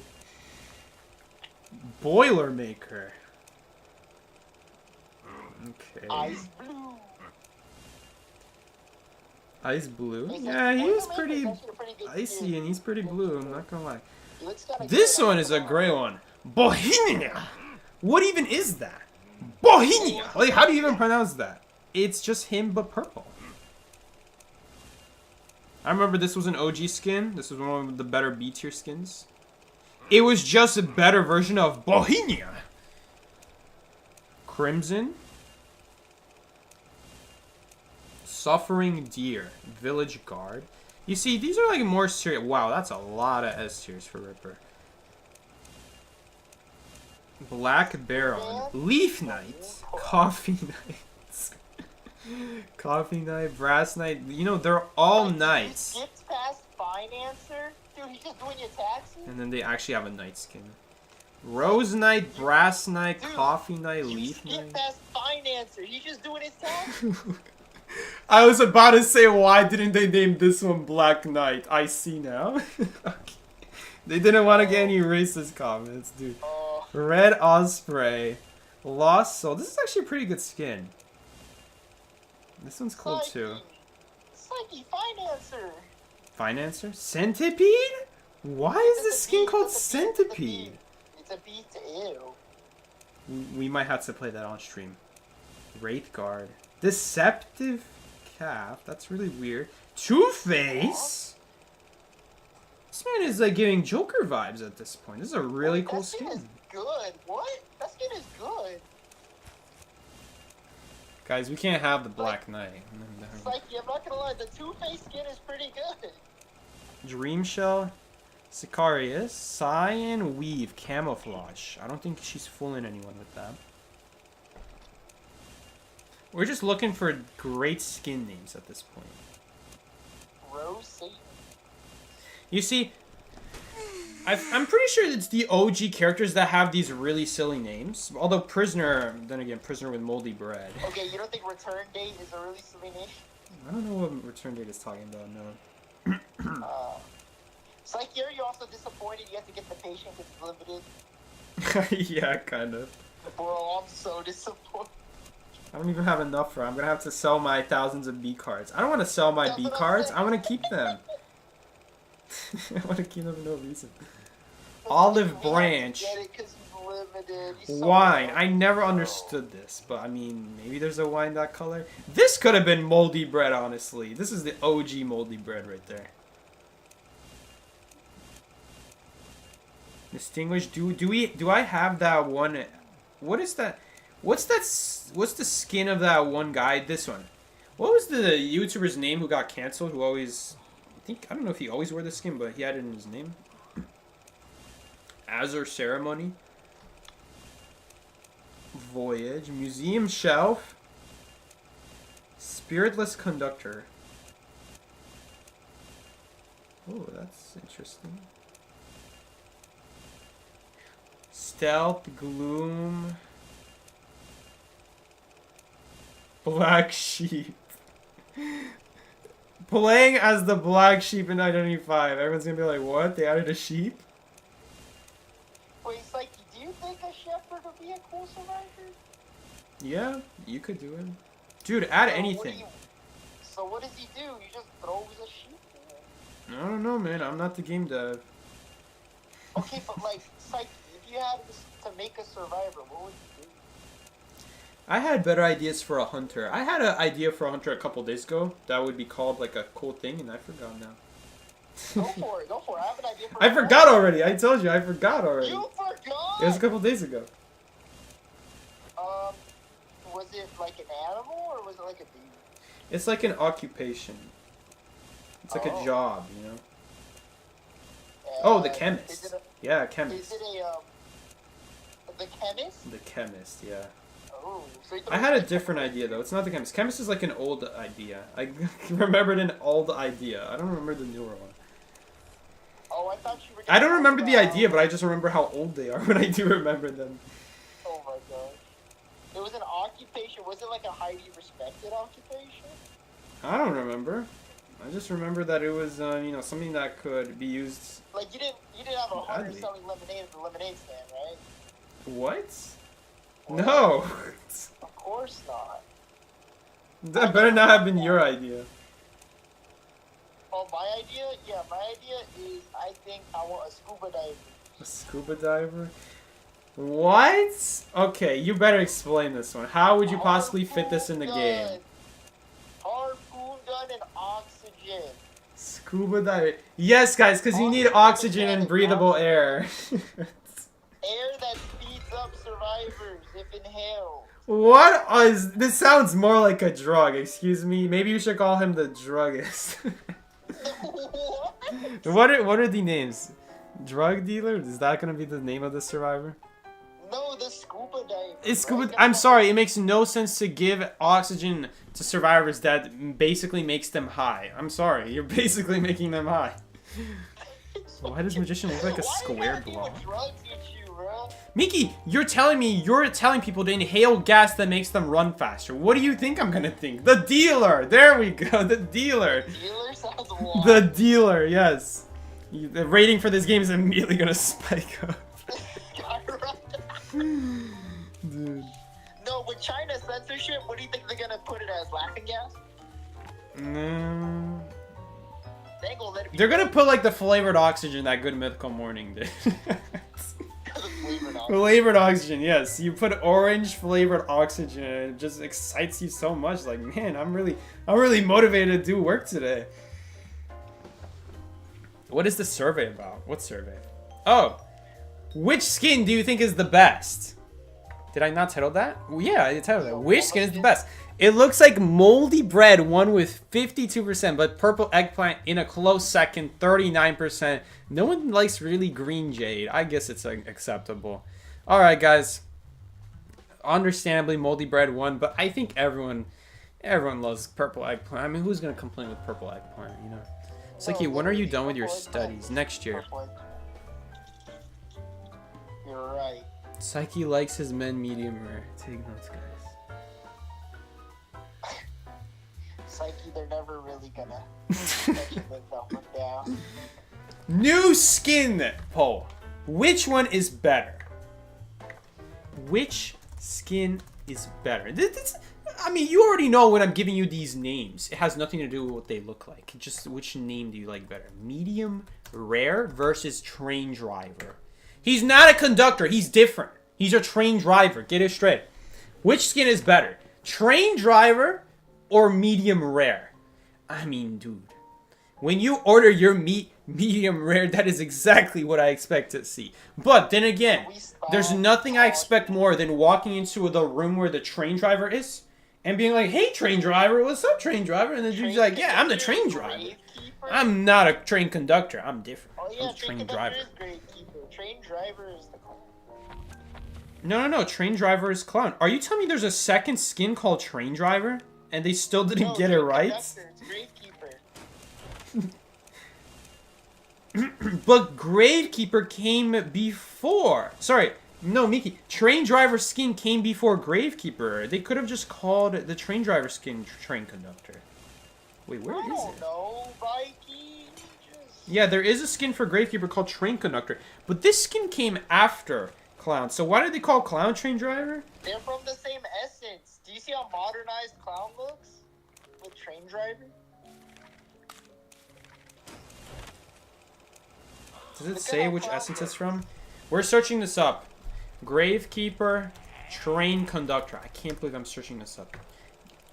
Smiley face, train driver. Bro, you don't think the skin named Noise is funny? Season 11, Essence 3 is train driver. Season 11, Essence 3 is train conductor. It was from the same essence. What? They're from the same essence. Seriously? They really couldn't think of anything else, so they just took conductor and named him driver. I'm telling you, this is proof that he's different. You guys didn't believe me when I said train conductor is different from train driver. Dude, I'm telling you guys, he's different. He's not a conductor, he's a driver. What does it say on him, by the way?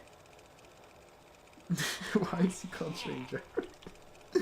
Dude, he's got driver on his cap. He is invested in being called a driver. He's not a conductor, he's a driver. Why? Why is he called train driver? He's got train driver written on his cap. Dude, somebody tells me he's not the train conductor, guys. Purple eggplant. Alright, guys. I wouldn't have it any other way, Miki. Medium rare got a vote of 69%. Okay, never mind. It went to 64. Damn. Someone bring it back to 69. I don't think it's possible at this point. I think if someone votes, it's going to be increased by like 4%. You thought I asked for the Gravekeeper skin? No. Train driver. They're different skins, guys. Come on. How did you not know this? Yeah, they are the same essence. I just checked. They are from the same essence.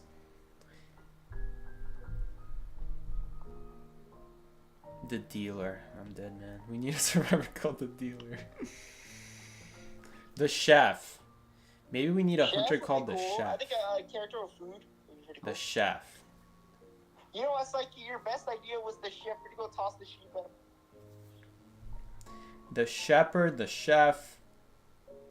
Like, imagine he could call the sheep to like a pallet and he body blocks the pallet.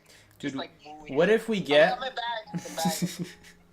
Mickey, with how bad everyone hates the current U.S. president, we need a hunter called the president. The president. Every time he gets a hit, he just goes, make America great. Every time you use your ability, your next ability has a 30% tariff cooldown increase. In other words, it's 30% longer. For a full presence, he gets the wall. You know. For full presence, he can just put a big wall, and he didn't pay for it. It's in the description. It says he didn't pay for it.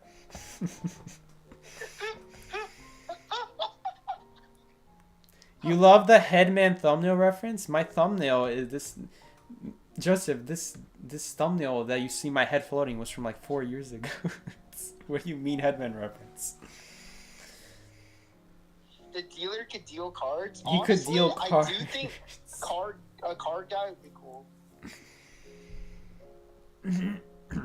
Well, guys. Does anybody have a good recommendation for Survivor? I guess now that I've talked about train driver a little bit more, I made the case for a train driver a little bit better now, because medium rare, I mean, dude, medium rare big burly man is kind of hard to not laugh at. But train driver, that he's different from train conductor, and it's proven in the game by being released in the same essence. Train driver, he's different. He's different. He's not like the other girls, so we got more points now for train driver.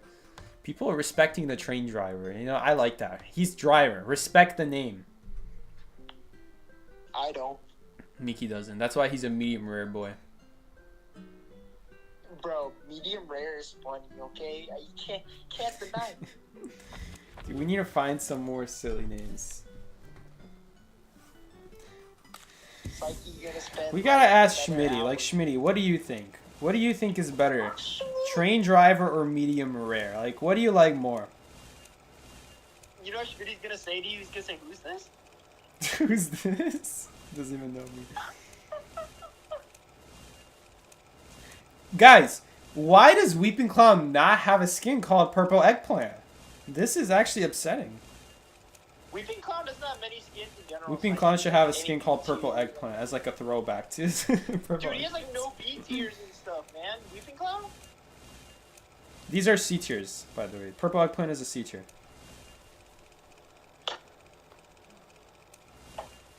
By the way, Psyche, do you think Meteorologist is good, by the way? Just get your thoughts. I don't know. I haven't really played her a whole lot. I think since she I think has, she like, is usable, though. I think she can be good. I like the fact that you can toss rain clouds so you can heal someone while still decoding. Not yourself, obviously, but like you can still. And then like she has the cloud to help her kite that goes over high objects, like just like Lakitu from Mario. It's like Yeah, from you're right. Mario. I never thought about that.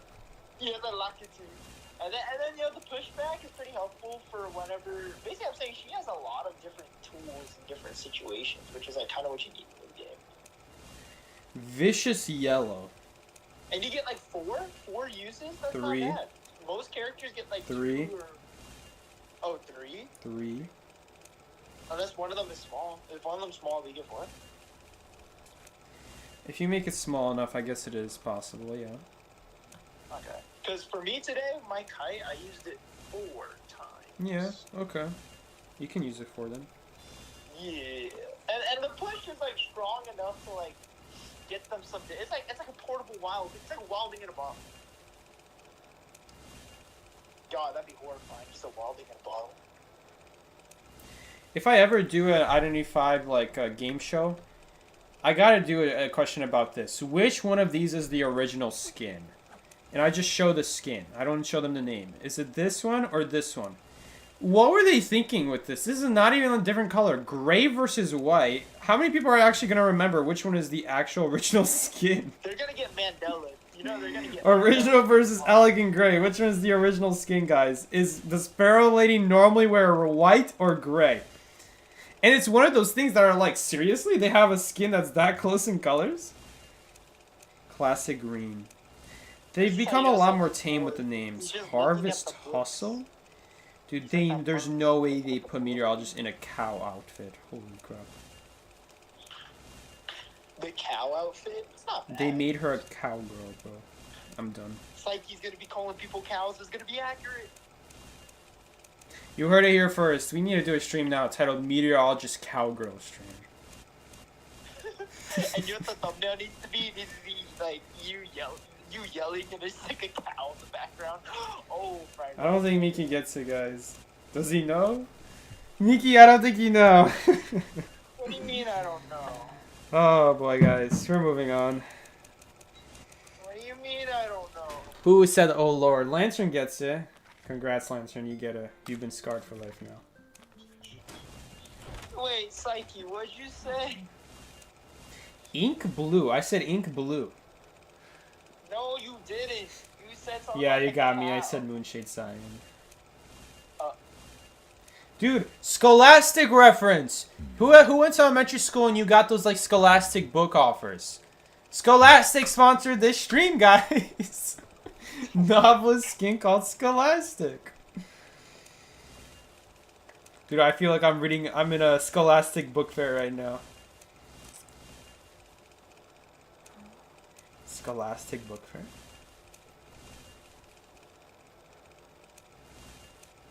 Psyche, it might just be who you wouldn't be able to tell.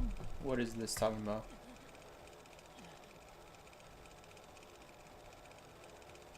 Oh, it might just be me who wouldn't be able to tell. You think people are gonna remember that she wears white? There's no real funny skin names anymore.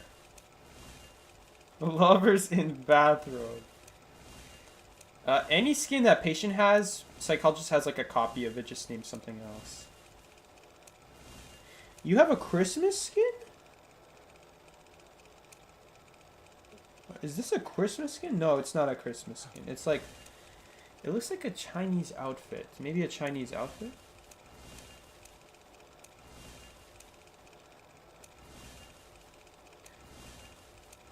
Yeah, yeah. It's not a Christmas skin.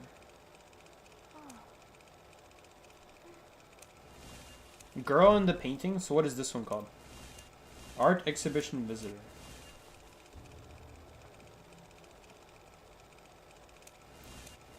Alright guys, I don't think we're gonna find any more funny skin names, but we can still laugh about the ones that exist. Straw green.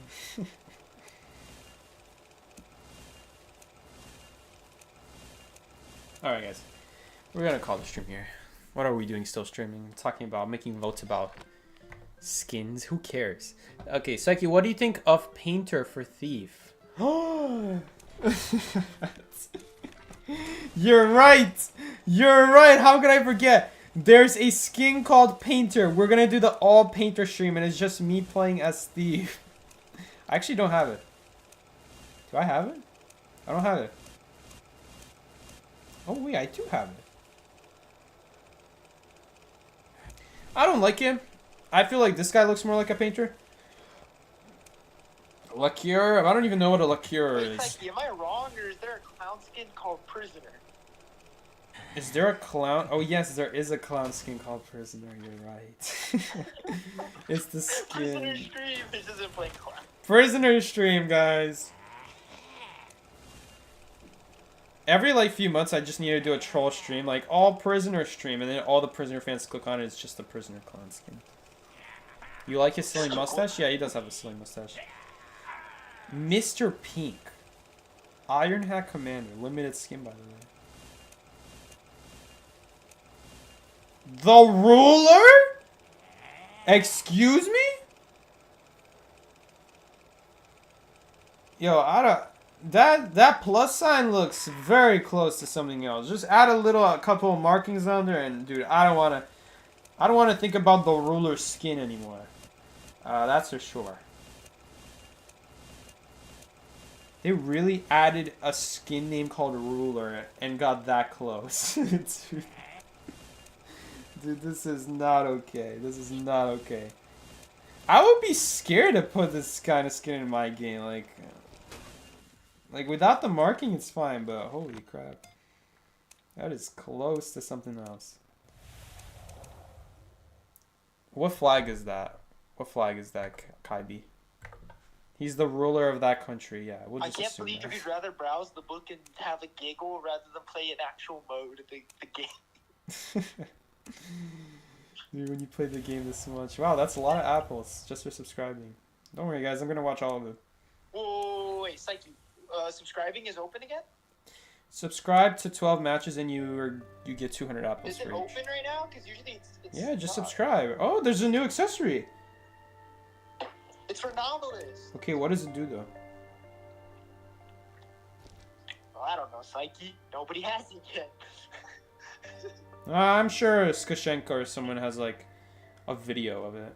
Of what it does already. How do you know who that is? I thought you don't watch IDV streams. Skashenka used to DM me all the time, dude. That's how I know. Why? I don't know, he just wanted to talk. I DM you, Rob. He just sent me some random thing about 85. And I know you read it, went back to taking your big. Alright, guys. I guess I'm buying this next. What, the novelist The one? novelist one. Because I already know I don't want the first officer. Yeah. Or the Anne one. I guess Anne I would get just because no one has it. You already have the batter one, no? I already have the battle one, yeah. Psyche, there's no. Oh, there is subscribing. Oh, let's go. Yeah, subscribe to 12 and you get all the rewards. Yes, sir. It replaces the ability effect. Thank you. That was really helpful. I'm crying. They really said it replaces the ability effect. Deadpool versus Wavo. Well, we know how that goes. Alright, guys. With Columbus comments out of the way, Miki, we're gonna end the stream here now. We sure are, Psyche. Thank you so much. It's for coming England? to my stream. It's England. He's the ruler of England. Okay, he's gonna be the new king of England. Then let's just say that. It's just the way it's sideways makes me not so convinced. Psyche. Oh, I already answered that. Alright, guys. The YouTube streamer. The YouTube streamer. Is that a survivor or a hunter? Alright, guys. Miki, thank you so much for joining along the stream. Yeah, calling man, me no problem. Always unsolicited, some but why am I thanking you? Unsolicited. Okay, Why you gotta I put just up got a with DM that, from you Bree 13 minutes ago. I'll just read it right now. This is for you, Miki. Bree says, at 10:01, I came to tell you, Miki was playing with 12 toes today's rank session. Kidding. She said kidding. He did good today. You need to tell him good job. Good job, Miki. You did very good. Yay! Thank you, Psyche. I guess she was watching you. You're playing with me. Oh, never mind. Okay. Alright, guys. I see then. Alright, guys. Thank you so much for watching today's stream. If you enjoyed today's stream, be sure to check out other streams just like this one in the near future, every Monday and Thursday from 20 to 22 EST time zone, or 8 to 10 if you don't speak military time zone language. With that being said, guys, thank you so much for joining along. I will see you later. And if you want Psyche to blow up on every YouTube stream and recommendation, be sure to like and subscribe on this video so my boy Psyche can reach his next goal of 15K subscribers. Alright, guys. Miki, thank you so much. Alright, guys. I will see you later. Take care. It's been Psyche. I'm gonna say goodbye, everybody. I was waiting for it.